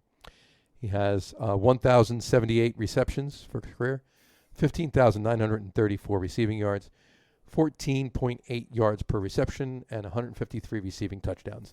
And he is in the Pro Football Hall of Fame. Pete? Yeah, T.O., love him or hate him. If he was on your team, you probably loved him. And if he was helping somebody else beat your team, of course you hate him. Look, some of his antics were out of line, and he always had something to say. But there's no doubt he was an incredibly talented receiver. I mean, he had very durable. I think he had, let's see here, 1, 2, 3, 4, 5, 6. You counting 7, coins? 8 seasons of like 140 to 150 or so on some odd targets. Sure. 2 seasons over 1,400 yards, a couple over 1,300. The guy was just a machine. 153 touchdowns, 14.8 per catch. No question. A douchebag at times, yeah. But douchebags can catch touchdown passes. He can catch touchdown passes, and he was very talented. And that's why he got away with a lot of the crap. But he was like the OG douchebag receiver. There's been a lot of people who have surpassed him since. Oh yeah, this is true too. Yeah, he definitely he wrote the original playbook for that though. He did. So. He definitely did. So, but what are you gonna do? Actually, wasn't he almost gonna make a comeback this year? I thought he was. Yeah. Unfortunately, you just have to listen to him on the. Was he on somebody's practice squad or something like that for maybe a day, and then he's the Ravens actually, wasn't it? He's a practice. He's on the Seattle Kraken practice team. He's the 4th string keeper. That's right. What is the it's a goalie in hockey, right? It's yes, keeper. Keeper. Absolutely. Well, it's goalkeeper. Well, and that's what in the communist sport, yeah. Well, no, he still keeps the goal. He does. He gets to keep it. And hockey's not American, by the way. It didn't originate here. I didn't say it was American. Didn't say. Well, but everyone else in the world who's America's the only non-communist country, right? There you go. No. Canada's not communist. Well, yeah, but kind of. But kind of. All right. How are you kind of? Well, tendencies. Communist-ish. Let's call it tendencies. All right. All right, Anyway. I'm going back to counting my... Go back to counting. That was it. Number 8 tonight, Terrell Eldorado Owens. All right. Moving on to number 7. Number 7 is Mr. Charles Haley. Charles Lewis Haley, to be exact. Drafted out of James Madison in 1986 in the 4th round with the 96 pick overall by the 49ers. He played for 6 seasons with the 49ers. And then he went and he played for 4 seasons with the Cowboys. And then he went back to the 49ers at the end of his career after a couple years off, actually. He was a member of 5 Super Bowl champion teams, 3 with San Francisco and 2 with Dallas. 2-time first-team All-Pro, 5-time Pro Bowler, member of the 100 Sacks Club. He's in the Dallas Cowboys Ring of Honor, and he's in the San Francisco 49ers Hall of Fame. And, of course, he is in Canton as well in the Pro Football Hall of Fame. 500 career tackles, 100.5 career sacks, 2 interceptions, and 26 forced fumbles. Charles Lewis Haley. Harry? Well, I think he covered it all. I think he's one of the last defensive players who had an impact on the game for a long time. Sure. We talk about some players now who I think have impact for 1 or 2 years. Haley did it for almost 10 years straight. And yeah, I think his best years were with the 49ers, but he certainly had a big impact on those Dallas teams. Sure. And look, he was the first 5-time Super Bowl champion. So he played a long time. There has been one since, I heard. Well, yeah. Right. He started his career as an outside linebacker. Yep. And settled in as a defensive end. I mean, you think of him as one of the most iconic defensive ends, maybe with Reggie White, and but he started as a linebacker. He was a versatile player. He had a big impact on the game. Yeah. And in those early days, especially, he seemed to be one of these guys who was defining himself as the, if not the best, one of the best, players in the game on the defensive side of the ball. When he became more of a true defensive end in the Cowboys, 4-3 scheme, which was a little unorthodox at the time, but obviously worked for them as they won a couple championships with it. But that one of the best, I think if you're starting a defensive team, Charles Haley's his name's going to come up as one of the best all time. Sure. I agree. Definitely. All right. Well, there you go. That's our number 7. Mr. 7. Mr. 7 tonight. Mr. 7. Mr. 7. Mr. Charles Lewis Haley. Charles Lewis Haley. There you go. All right. Moving on to number 6 is Roger Craig. Roger Timothy Craig, to be exact. He was a running back for the 49ers. He was drafted out of Nebraska in 1983. Round number 2, pick 49 overall. Played for the 49ers for 8 seasons. Went to the Raiders for a year. And then finished up his career in Minnesota for a couple of years. 3-time Super Bowl champion with the 49ers. NFL Offensive Player of the Year in 88. First-team All-Pro in 88. Second-team All-Pro in 85. 4-time Pro Bowler. NFL Receptions Leader in 85. Member of the 1980s All-Decade Team. And, of course, he's in the 49ers Hall of Fame. 165 games played. 133 games started. 8,189 rushing yards. 4.1 yards per carry was his average. 566 receptions for 4,911 yards and 73 touchdowns. Roger Timothy Craig. Roger Timothy Craig. Number 6 on our list. There you go. All right. Bringing us to number 5. Number 5 is going to be Mr. Dwight Clark. Dwight Edward Clark, to be exact. He was drafted out of Clemson, 10th round, pick 249 overall in 1979 by the 49ers. He played for 9 seasons for the 49ers. That was his entire career. He's been an executive, or he was an executive after the fact for about 10 or 12 years with the 49ers, and he finished up with the Browns, actually. Two-time Super Bowl champion with the 49ers, two-time Pro Bowler. He was All-Pro in 82, receptions leader in 82. His number 87 is retired by the 49ers. He's in the 49ers Hall of Fame.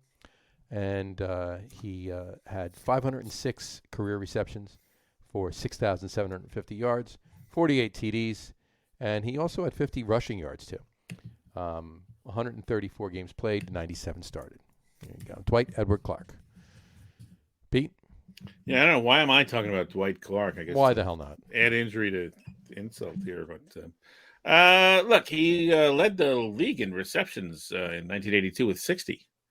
What might be more surprising is that he did not lead the league in receptions in 1983 when he had 70, or in 1980 when he had 82, or 1981 when he had 85. But the point is he could throw to Dwight Clark a lot.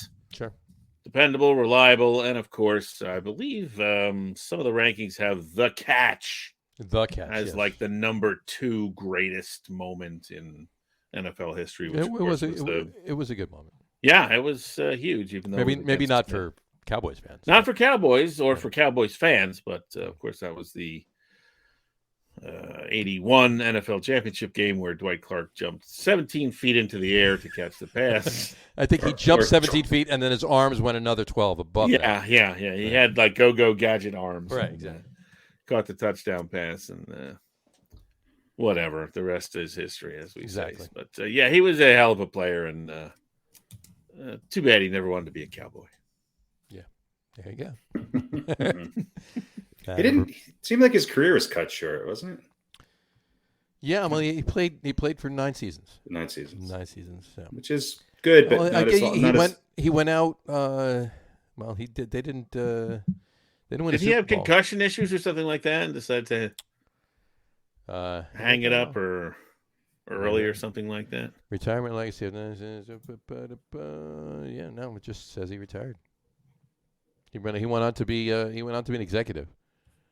All right, there you go. So anyway, all right. Number 5, Dwight Edward Clark. All right, that brings us to our top 4. Number 4 is going to be Mr. Steve Young. That guy was pretty good. John Stephen Young, to be exact. So you're looking for a middle name. You already know it. It's Steve. So there you go. John Stephen Young. He was drafted in the first round with the first pick overall out of BYU in 1984 by the Los Angeles Express. Yes, he played in the USFL. He honed his skills in Los Angeles with the Express of the USFL. Then he went to the Bucks for a couple of years, and after 2 years with the Express, 2 years with the Bucks, and then he started his Hall of Fame career with the San Francisco 49ers. And he played for 12 seasons as well. 13 seasons, actually. Well, how many did he actually play? 13. So 13, 14, 15, 17 seasons altogether with all 3 teams. So, anyway. But he didn't play right away with the Express? With the 49ers. 49ers. Oh, no. He sat behind. A little bit of a siesta. Yeah, he had a little bit of a backup. I mean, there was a quarterback that was, starting over him. He was a backup for a while. For what was his name? Joe something. I forget. Y.A. Tittle. Y.A. Tittle. There you go. 3-time Super Bowl champion. He's Super Bowl MVP of Super Bowl 29. Two-time NFL Most Valuable Player. NFL Offensive Player of the Year in 92. 3-time First-Team All-Pro. 3-time Second-Team All-Pro. 7-time Pro Bowler. 4-time NFL Passing Touchdowns Leader. 92 through 94, and then again in 98. 6-time NFL passer ratings leader. 5-time NFL completion percentage leader. San Francisco 49ers, number 8 is retired. He's in the 49ers Hall of Fame as well. He's NFC Offensive Player of the Year twice, and he was a Heisman Trophy runner-up when he was in college. But he played 169 games, started 143 of them. His TD to interception ratio is pretty good. 232 TDs to only 107 interceptions. 33,124 passing yards. Completion percentage rating of 64.3. Passer rating 96.8. And he also had 4,239 rushing yards and 43 rushing touchdowns. And, of course, he is in Canton, Ohio. John Stephen Young. And he pretty much owes the fact that he started as starting quarterback in 1992 to Leonard Marshall. So there you go.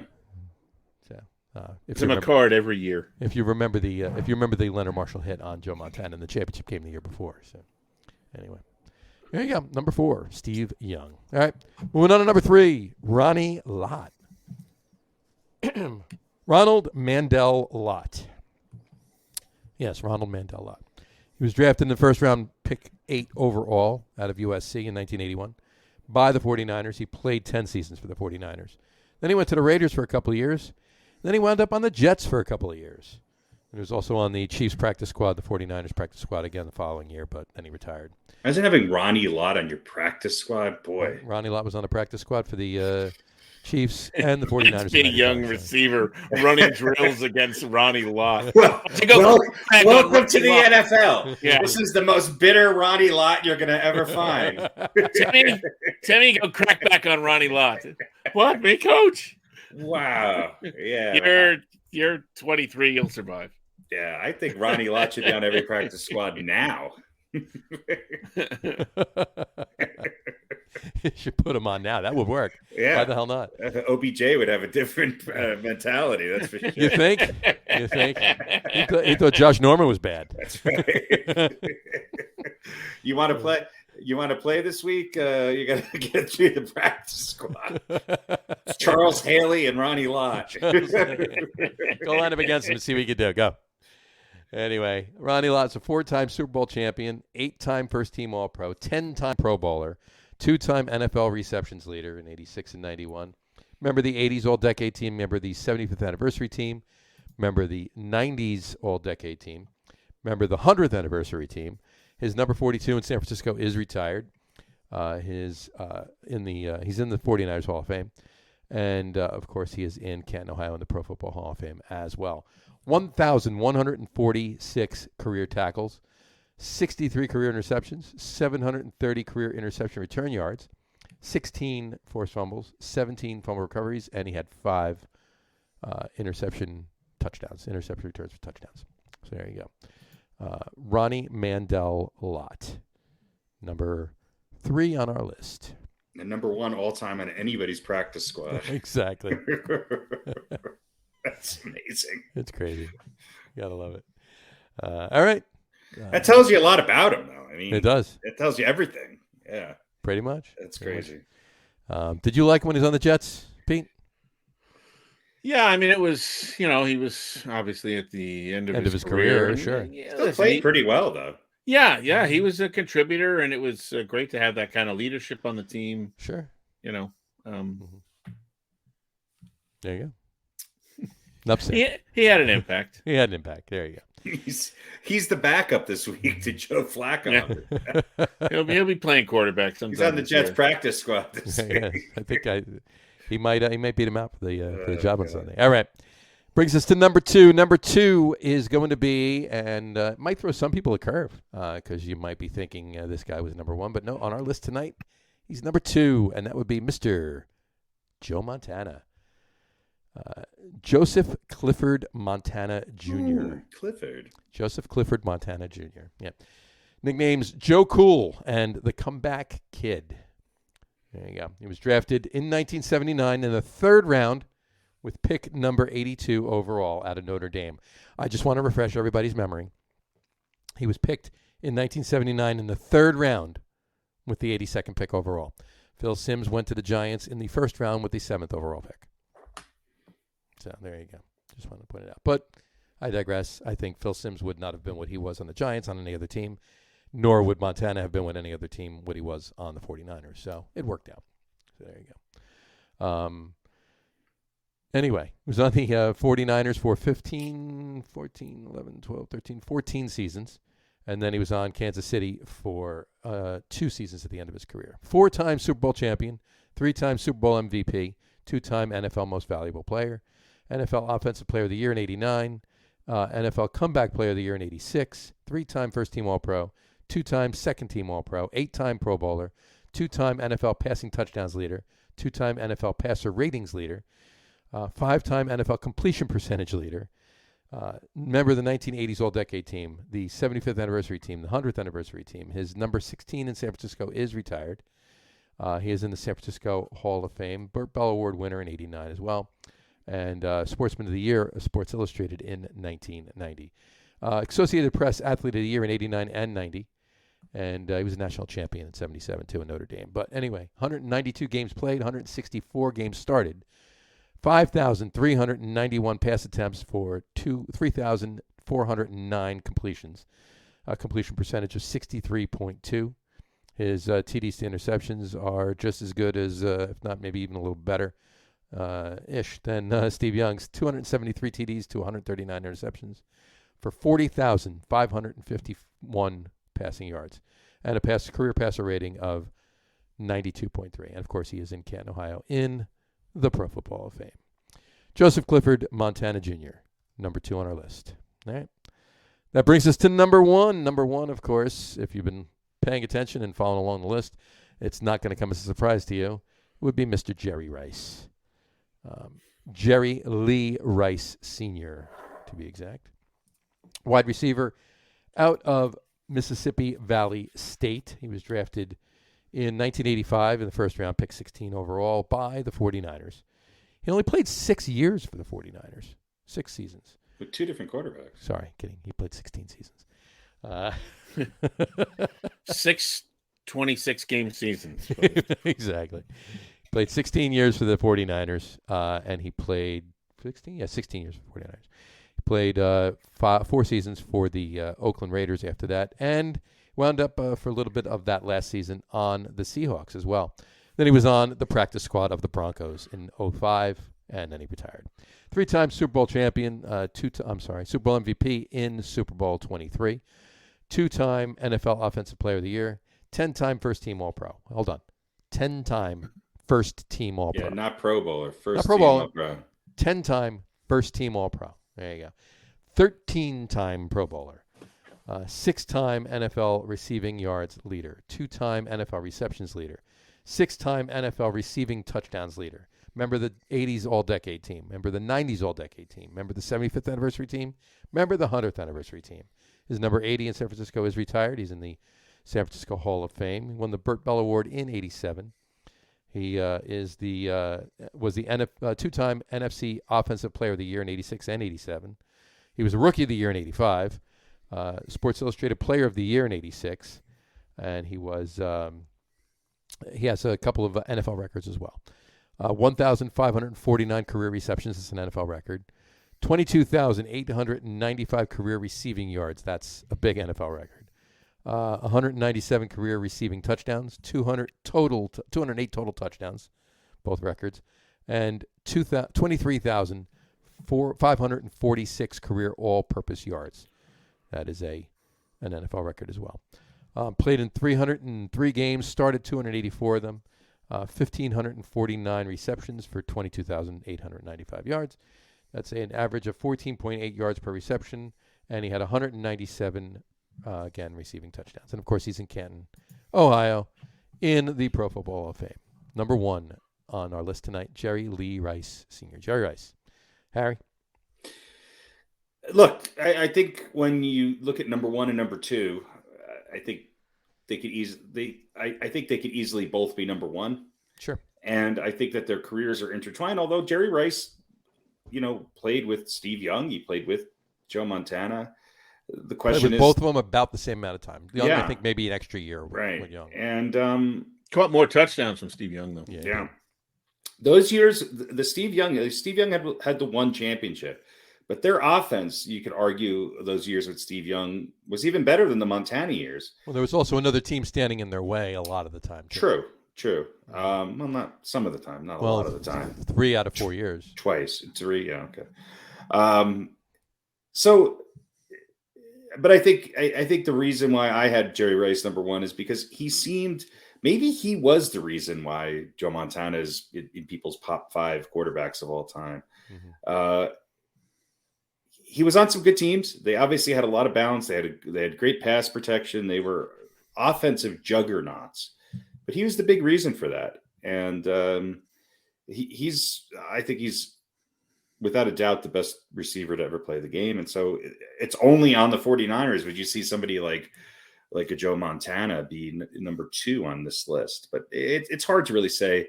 I think they're thought of very much in the same breath a lot of times. And I do think, Montana's career, rightfully so, I think, especially with the championships, has a little bit of a notch above a Steve Young. But Jerry Rice is, on the Mount Rushmore of football. If you're picking, the best offensive players of all time in the NFL, he's going to be in the top 3 on everybody's list. I would agree with that 100%. And probably number 1. I mean, he's arguably, you could make the argument that he's the best football player, one of the best, if not the best football player to ever play the game. Yeah, he's definitely up there. If he's not, he's 2 or 3. So, and I'll listen as a Cowboy fan, living through those years, and right. Jerry Rice is. I'll tell you one list he's always number 1 on, and that is hated San Francisco players by fans of other teams. Sure. Montana was great, but there's no one that he broke a lot of hearts. Yeah, no one we hated more than Jerry effing Rice. There you go. So, all right. Number 1 on our list tonight, Mr. Jerry Rice. All right. That brings us to Old Balls. Harry, who's Old Balls tonight? Tonight's Old Balls is somebody that I think gets forgotten about a little bit, but he was part of 4 Super Bowl championship teams, all with the San Francisco 49ers. And I'm talking about none other than Mr. Eric Wright. Eric Cortez Wright, who is not that old of Old Balls. Born in 1959. He played for the University of Missouri, was a 2-time Pro Bowler. And it's probably his peak years in the mid 80s. Sure. But was a 4-time Super Bowl champion, 2-time All-Pro, 2-time Pro Bowler, had 18 career interceptions. But I think he came up big in playoff games. I mean, what people forget about the game with the catch with Dwight Clark is that he made a touchdown-saving tackle on Drew Pearson after that to preserve the 49ers win and propel them into their first Super Bowl. Mm-hmm. So, I remember him in that era being sure you had Ronnie Lott and you had a number of other really big names on that 49ers defense, but he was one of the best cover guys to ever play in that era. And it was a big reason why those 49ers teams had Super Bowl championships. Great. Eric Wright. Wow. There you go. Eric Wright. Old Balls tonight. Old Balls. All right. There you go. It was very, very concise and works perfect. Works for me. So yeah. His balls are younger, so they're a little more they're a little more tighter. pliable. A little more pliable. There you go. All right. Yeah, that's it. For that, I did want to bring up one other thing really quick as far as football goes before we move into anything else. If we are moving in. Oh yeah, I got a scheduling thing too. You got go scheduling ahead. too. I did want to bring up one thing. Most games, as far as the 5 rookie quarterbacks that went in the first round of the draft this year, Mm-hmm. that would be Mac Jones, Trevor Lawrence, Zach Wilson, Trey Lance, and Justin Fields. Right? Most games with a 100-plus passer rating this year so far. Zach Wilson. Okay. Trevor Lawrence, Zach Wilson, Trey Lance, and Justin Fields all have none. And Mac Jones has 7. Mac Jones has 5. 5, yeah. Look, this guy's coming into his own. Did you watch that game? Yeah. Because it was the national game, at least out here. He was putting some ball, this idea that he's just a safe sort of systems guy who's throwing these short. He put some balls in there that were spectacular. Yeah. Their offense is peaking, and I'll tell you what, I don't think if the 49ers can if the Patriots can manage to get into the playoffs, which they'll battle for the division, but I give the Bills a little bit of an edge there. But if the Patriots can get into that wild card spot, I don't want to play them in the first round. Right. Yeah, you're right. They're tough, and it's been said too. I mean, Mac Jones has basically been playing in the Bill Belichick system for the last, this is his fifth year in the Bill Belichick system. Exactly. He played with Saban. Right. So he's in the Bill Belichick system for the last 4 years. So this is his fifth year in it. So there you go. That was a great draft pick by them, and absolutely. To me, it adds a little bit of fire to the, who's better without the other, Brady or Belichick argument. Certainly last year Brady got the better of it, right? But sure. I think they're both going to be great no matter what. Yeah, but now we're seeing, now Belichick's he's finally got a quarterback. He's got a quarterback, and now you're seeing the results, and Yeah, but look at the team. Look, and I'm not taking anything away from Tom Brady, but look at the team Tampa had last year, and for the most part this year too. Yeah. But I mean, if the Patriots won with Tom Brady and who, right. Like I said, it's not a slate on Brady, and look, you saw what Brady could do with talent. Right. I mean, imagine if those Patriots teams had the talent that the Tampa Bay team last year had. We might have been talking, because there was a few years they would have 14-peated. Where he didn't have a third of the talent that he had on this team. Exactly. So, but yeah, I mean, look, it's still a long way to go. The Patriots are still a little bit up and down. Their defense looked really good last week, which has always been the Patriots calling card. Sure. But this kid, I think I said this, and when we talked about who was most ready to come in, and a lot of it has to do with the team that he's playing on. But he was put in a situation where he could succeed because you knew that Belichick was going to let him mature into this role. And now that we're halfway through the season, they're opening it up a little bit more. And boy, if they can open it up a little bit more, they're going to be dangerous. Yep. Yeah. And that's exactly it. They did not ask him to do these things early on. They, as you said, put him in the right position to succeed by not asking him to do these things, which he seems capable of doing. Right. They kept it simple, kept it short, and now they're a game behind the Bills. They're opening it up now. Yeah, absolutely. Well, they're one more in the loss column because they have not had their bye yet. So they are basically equal to the Buffalo Bills, who are supposed to destroy everything in their path this season, at least in the NFC East. So AFC East. The AFC East, yeah. The NFC East, they both be giving Dallas a run for their money. That's for sure. Exactly. So, all right. What's your schedule anomaly? All right, so the scheduling anomaly, where is it? Oh, here we go. So I talked last week about the Week 14 bye, and the Colts, Dolphins, Eagles, and the Patriots all having the 14-week bye. Right. But I didn't really get into why it was as significant. So I want to go back a couple of years and talk about 2016 and the Super Bowl champions, who were the Patriots, right? Who had their bye week 9. Mm-hmm. 2017, the champions were the Eagles. The Eagles, who had their bye week 10. Okay. 2018, back to the Patriots, who had their bye week 11. Okay. 2019, Kansas City, their bye week. You want to guess? 12. 11. Week 12. Week 12. So it's just going in order. Last year, of course, the Bucks. 13. Week 13. Mm-hmm. Wow. So this year, who's week 14?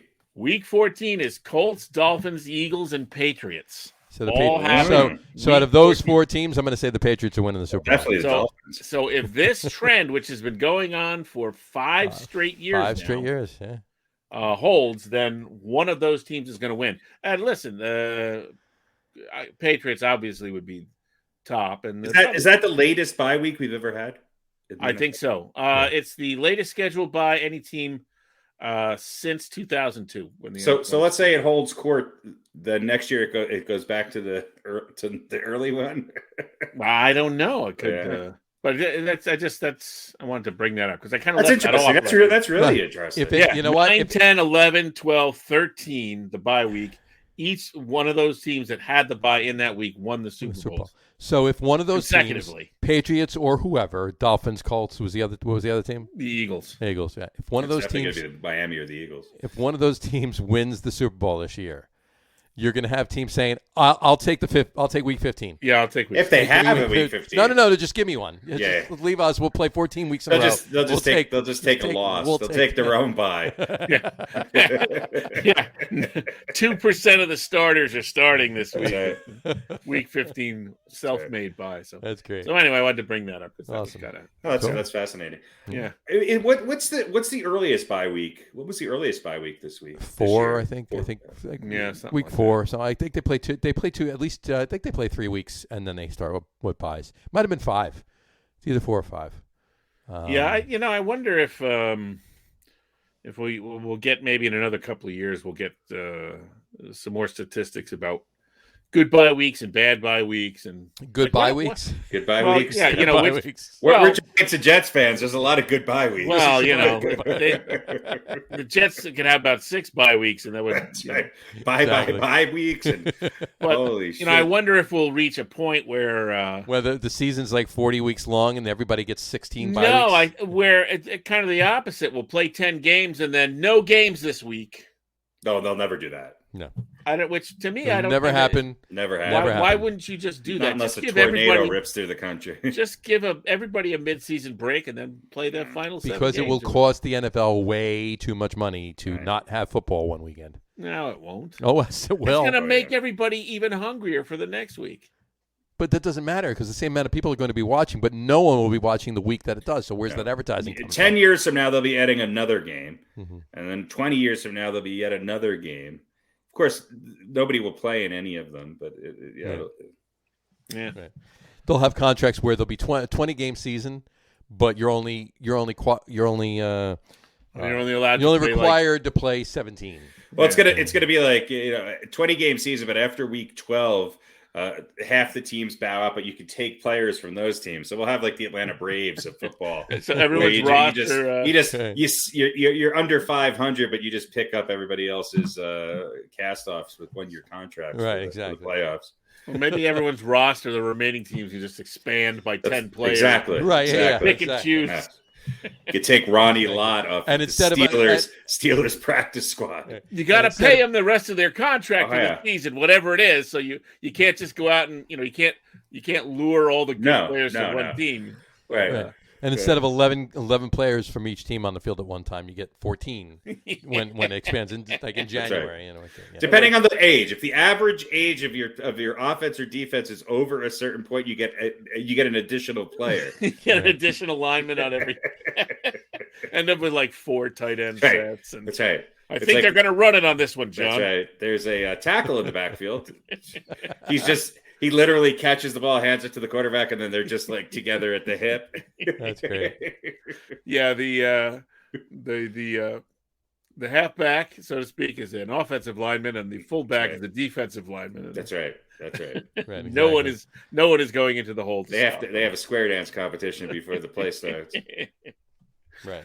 All right, that's it. The future of the NFL, folks. You heard it here first. There you go. All right, I would like to wrap up NFL on a little bit of a somber note. Condolences to the Huff family. Oh yeah. Yeah, Sam Huff. He was younger than I thought he was. He was not a young man, but 87. Seemed like he. You think about Sam Huff, I date him a little further back than really even the years that he played. Mm-hmm.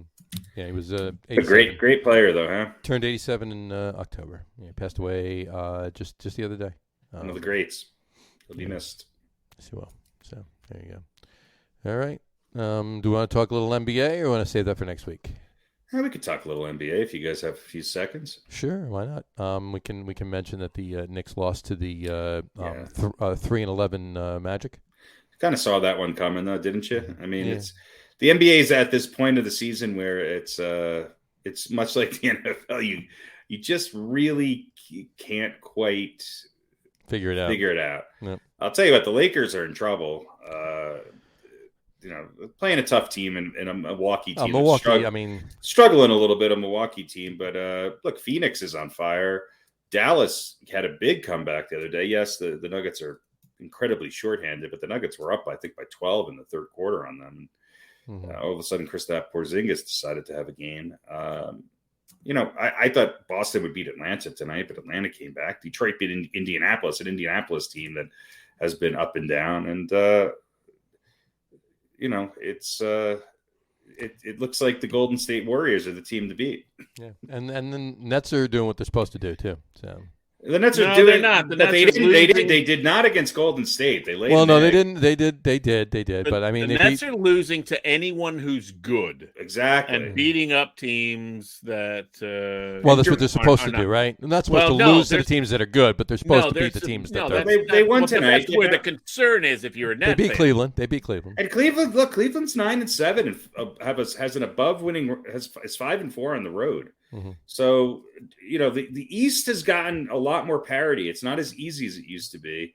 There's some young players on some of these teams, including Cleveland, that are playing really good ball. Mm-hmm. But, look, Kevin Durant was a -5 tonight, 23 points. He did what Kevin Durant typically does, but Kevin Durant's got to take more shots. Yeah. James Harden, people have been a little tough on Harden. He's dealing with the new rules. Harden had a really efficient game, 6 of 12, 3 of 6 from three-point line, made all 12 of his free throws. And when James Harden is going to the free throw line, the Nets are a tough team to beat. He was a +5, 27 points. Patty Mills, really good game. LaMarcus Aldridge, a really good game. Look, these ex-Spurs are adding something to this Nets team that I'm really happy for Aldridge being back. Yeah, he's having a good year so far. Maybe the comeback player of the year. It was shocking. I guess Patty, they cleared him and he came back. That's it. Patty Mills, a +19. Yeah.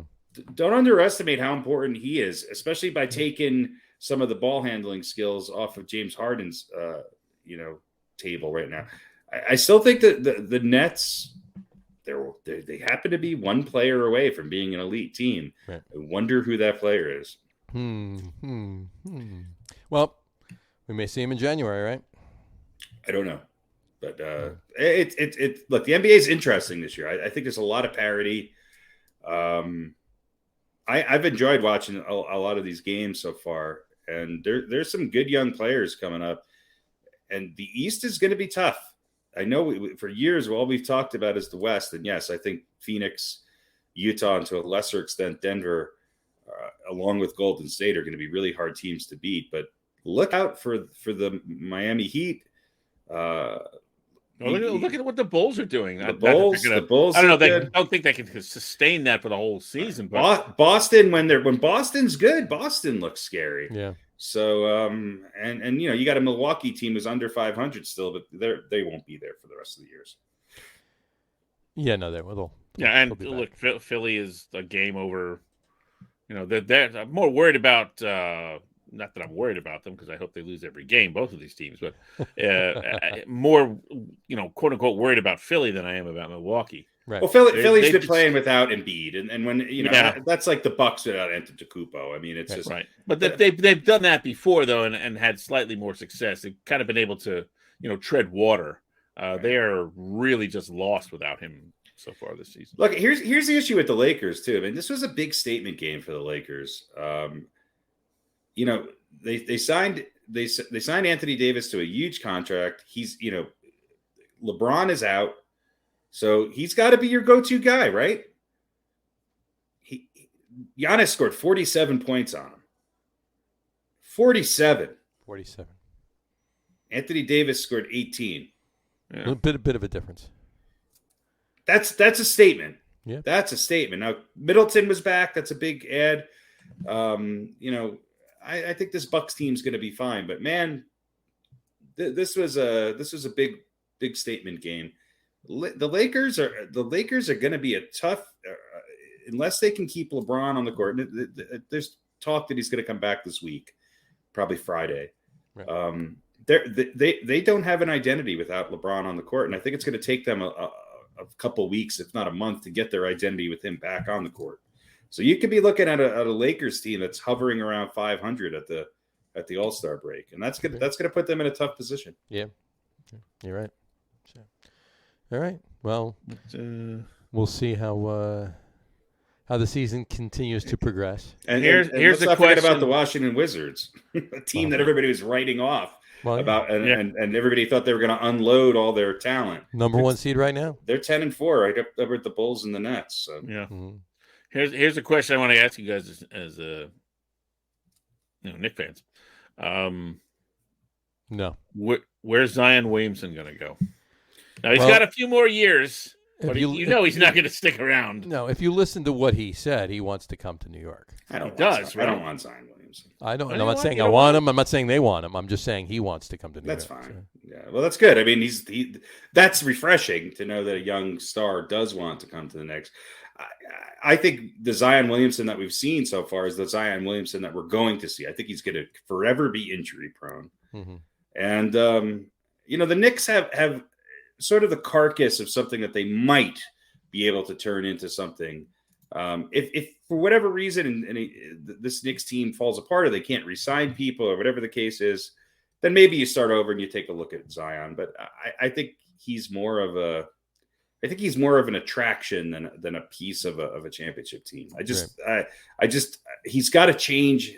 He's got to drop some of the mass off of him, or his body is just going to continue to be. He's a young guy, and he's already had a ton of injury. Not like he's problems. In his mid-30s, and he's this isn't Larry Johnson, coming to the Knicks when he goes from basically being what Zion Williamson is to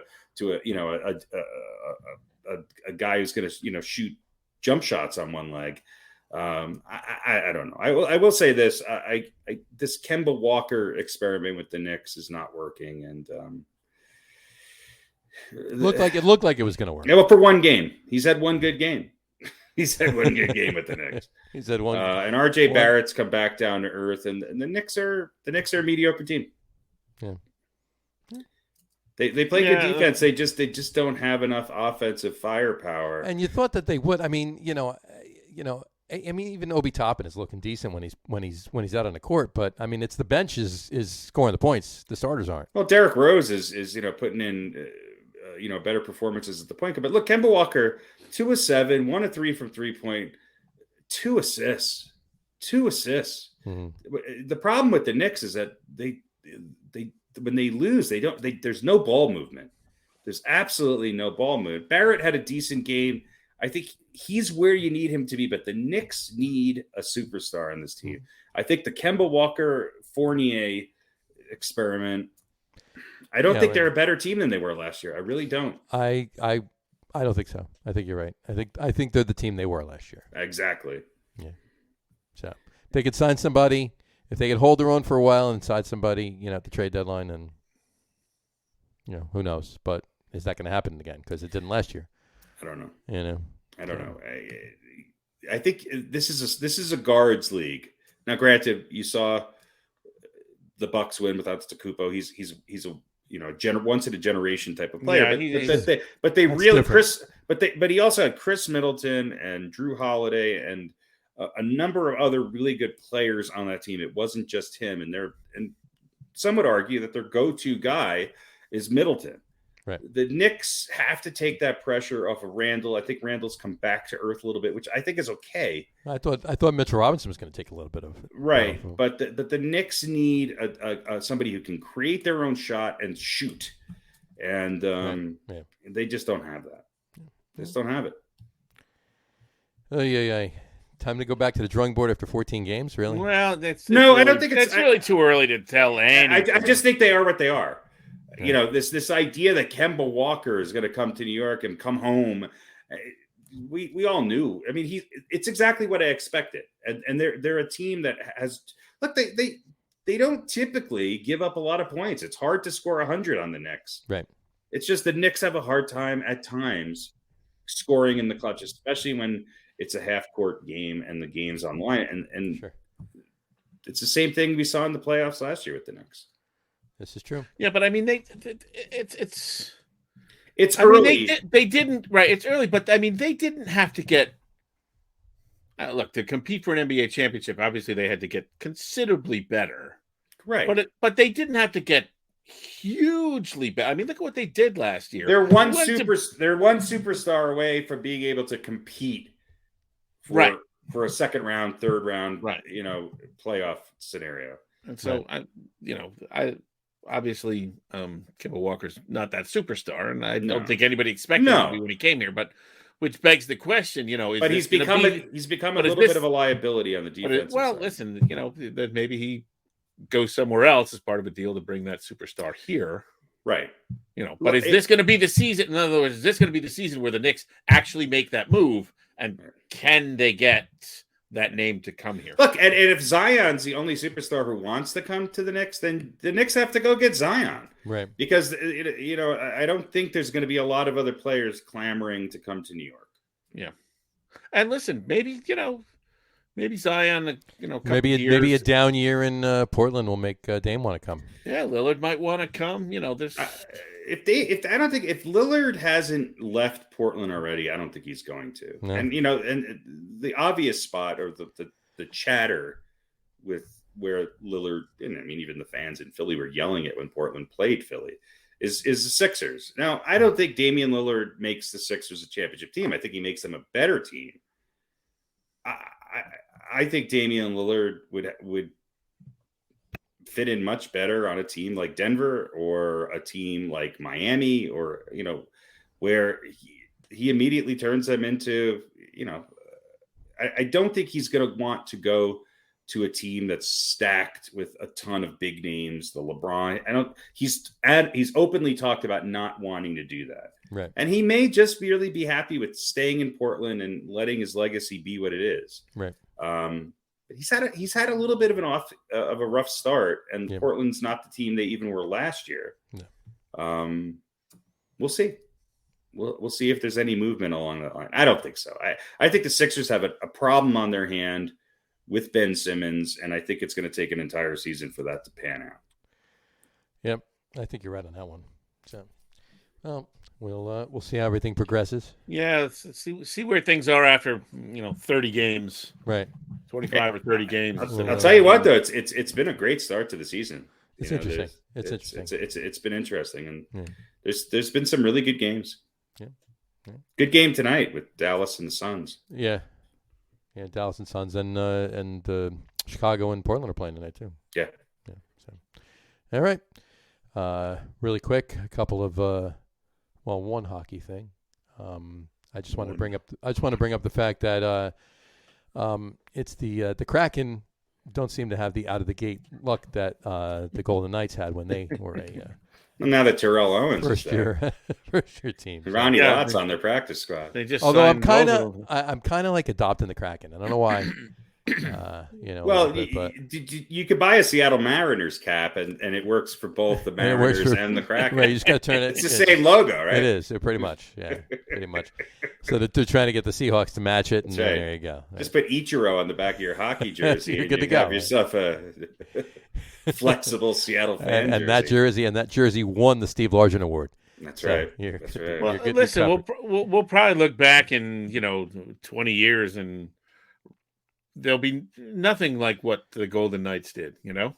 I mean, that was a really, really special thing that kind of got lost in the shuffle of a lot of other stuff. Yeah, and right. Pandemics and this and that. So that was one of those things that, like, again, certainly if you're a hockey fan, I would think you would be, no matter who your team is, you would go, yeah, I got to see that really special thing happen in the sport that I love. Sure, that's something that just doesn't go on. So. Yeah. But it might take a little bit more time for us to fully appreciate it. Exactly. Well, I mean, there's really not that many surprises. I'll tell you, the Rangers are off to a better start than I thought. Third place in the division right now. The Maple Leafs are back up there. Tampa Bay, Carolina, maybe. I'm kind of shocked that, the Hurricanes are in first place in the Metropolitan. And the Panthers are already have 11 wins. The Islanders at the bottom right now. Yeah, the Islanders, a lot of people thought the Islanders would make that next step where they're right there, and they're not off to a good start. Good start for the Rangers, not a good start for the Canadians. I don't know. The Islanders and the Canadians and the Penguins are kind of head scratchers right now. Yeah, a little bit. And in the West, it's the Avalanche are not necessarily off to the start. You would think that they would. So I don't know. No, yeah, they're not.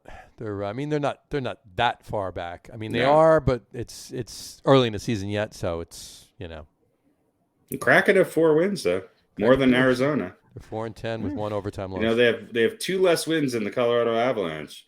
This is true. So, all right.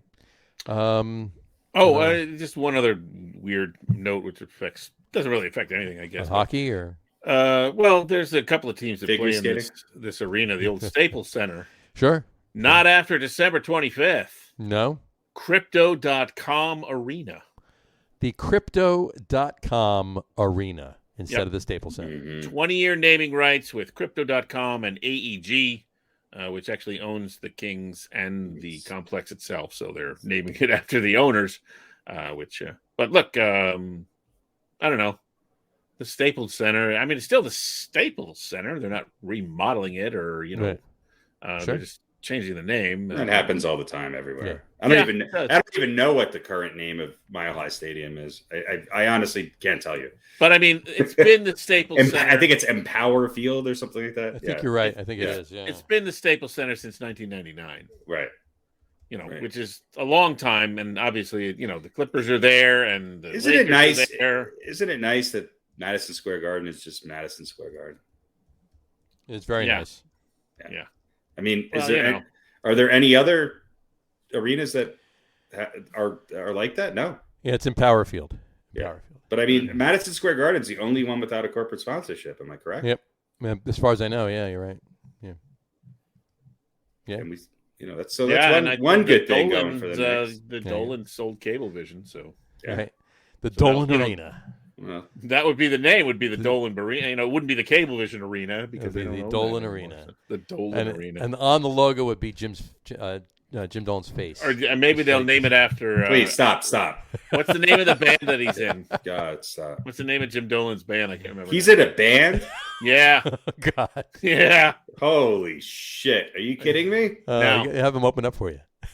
Let me look that up. I did. How did I not know this? James Dolan is in a band. What, like a? Please tell me it's mariachi band. No, they're not out like. Is it with Joe Scarborough? It's a P-Funk from MSNBC. cover band. Is he in Joe Scarborough? JD and the Straight Shot, a country blues and roots rock vanity project of its frontman and guitarist James L. Dolan. Yeah, he paid his dues back in the '90s playing the Pyramid Club down in the lower. They've got 1, 2, 3, 4, 5, 6, 7 studio albums out. Seven studio albums. I saw him at CBGB's back in the day. I don't think you did. They opened up for Fear. No, I don't think so. I don't think so. They probably opened up for a couple of bands that played at the Garden. Yeah, they probably play with. They play with Joe Scarborough's band somewhere in Newtown. Yeah, they're listen. Here's my little James Dolan story. So I used to work for Cablevision many years ago. Yes, you did. And I worked in I worked for their traffic and weather channel. Mm-hmm. So I would do traffic reports, and you'd go live on the air for 2 minutes every 15 minutes, and then there was a couple of replays. So Dolan would, of course, be leaving the Garden, and he would do this all the time. We had 4 studios in Woodbury, and one was Connecticut, and one was New York and New Jersey, one was Connecticut, and the Hudson Valley, and then the other 3 studios, and then the other one was, well, there's 4. Then the other one was Long Island, and then he had the weather studio. Mm-hmm. There was 5 different regions. There was Jersey, but that was in a different building. So Dolan would leave the Garden, and he would always call the Long Island studio, or his driver would. Direct line straight to the studio, because he lived on Long Island. But the problem was he was leaving New York. Now, we had access to the DOT cameras, but the different regions, we also had some proprietary cameras, which were very useful in the New York region of telling him, what would be the best way to get home. He wanted a personalized traffic report. He wanted to know the best way to get home. So he would call, and the driver would be like, I'm coming up on the break in the road, and I got to decide to take the Whitestone or whatever the hell it was. And you'd have literally about 40 seconds to run over to the other studio in New York, which might be in the middle of a hit on the air. Right. And you'd have to wait and then fiddle with the cameras and look at the different cameras and try and find out what was the best way to go. and then run back to the Long Island studio and tell the driver which way to go. And it was always too late. Right. And about, probably half the time he'd go the wrong way, hit traffic, and then be furious. Right. Be absolutely furious. I calling you before 40 just, seconds before he had to get on the white stuff. I would send him directly to Charles Oakley's house. I have to make a decision in half a minute. Which way should I go? Well, I don't know. I'd send him right. Here's an idea. Charles Pull Oakley's over, house. and I'll let you know in a minute. Yeah. No, that's what and what's funny was the driver understood. I'm like, I'll go find out. I'll be back in about a minute and a half. He goes, yeah, okay. He knew what was going on, but every single time. Gotta love it. But, nobody wants to say anything. I used to park in his parking space. Dolan's right parking space? Dolan's parking space, right next to the back door. Lovely. There's the parking space reserved because he never showed up there. I used to park there. My boss would get them. Go move your goddamn car. If he comes here, you're going to be fired. I'm like, I'll take that chance. Yeah, really. I don't love this job. When was the last time he was here? 1932. All right, I'm good. So anyway, that's the kind of, wanting a personalized traffic report instantaneously. There you go. No, I mean, I kind of give him credit for that. I mean, hey, he probably should have called a little earlier. Should have called earlier. Nobody would have had a problem if he just called earlier. Exactly. It's just we could not deliver what he wanted when he wanted it, and he would get mad every time.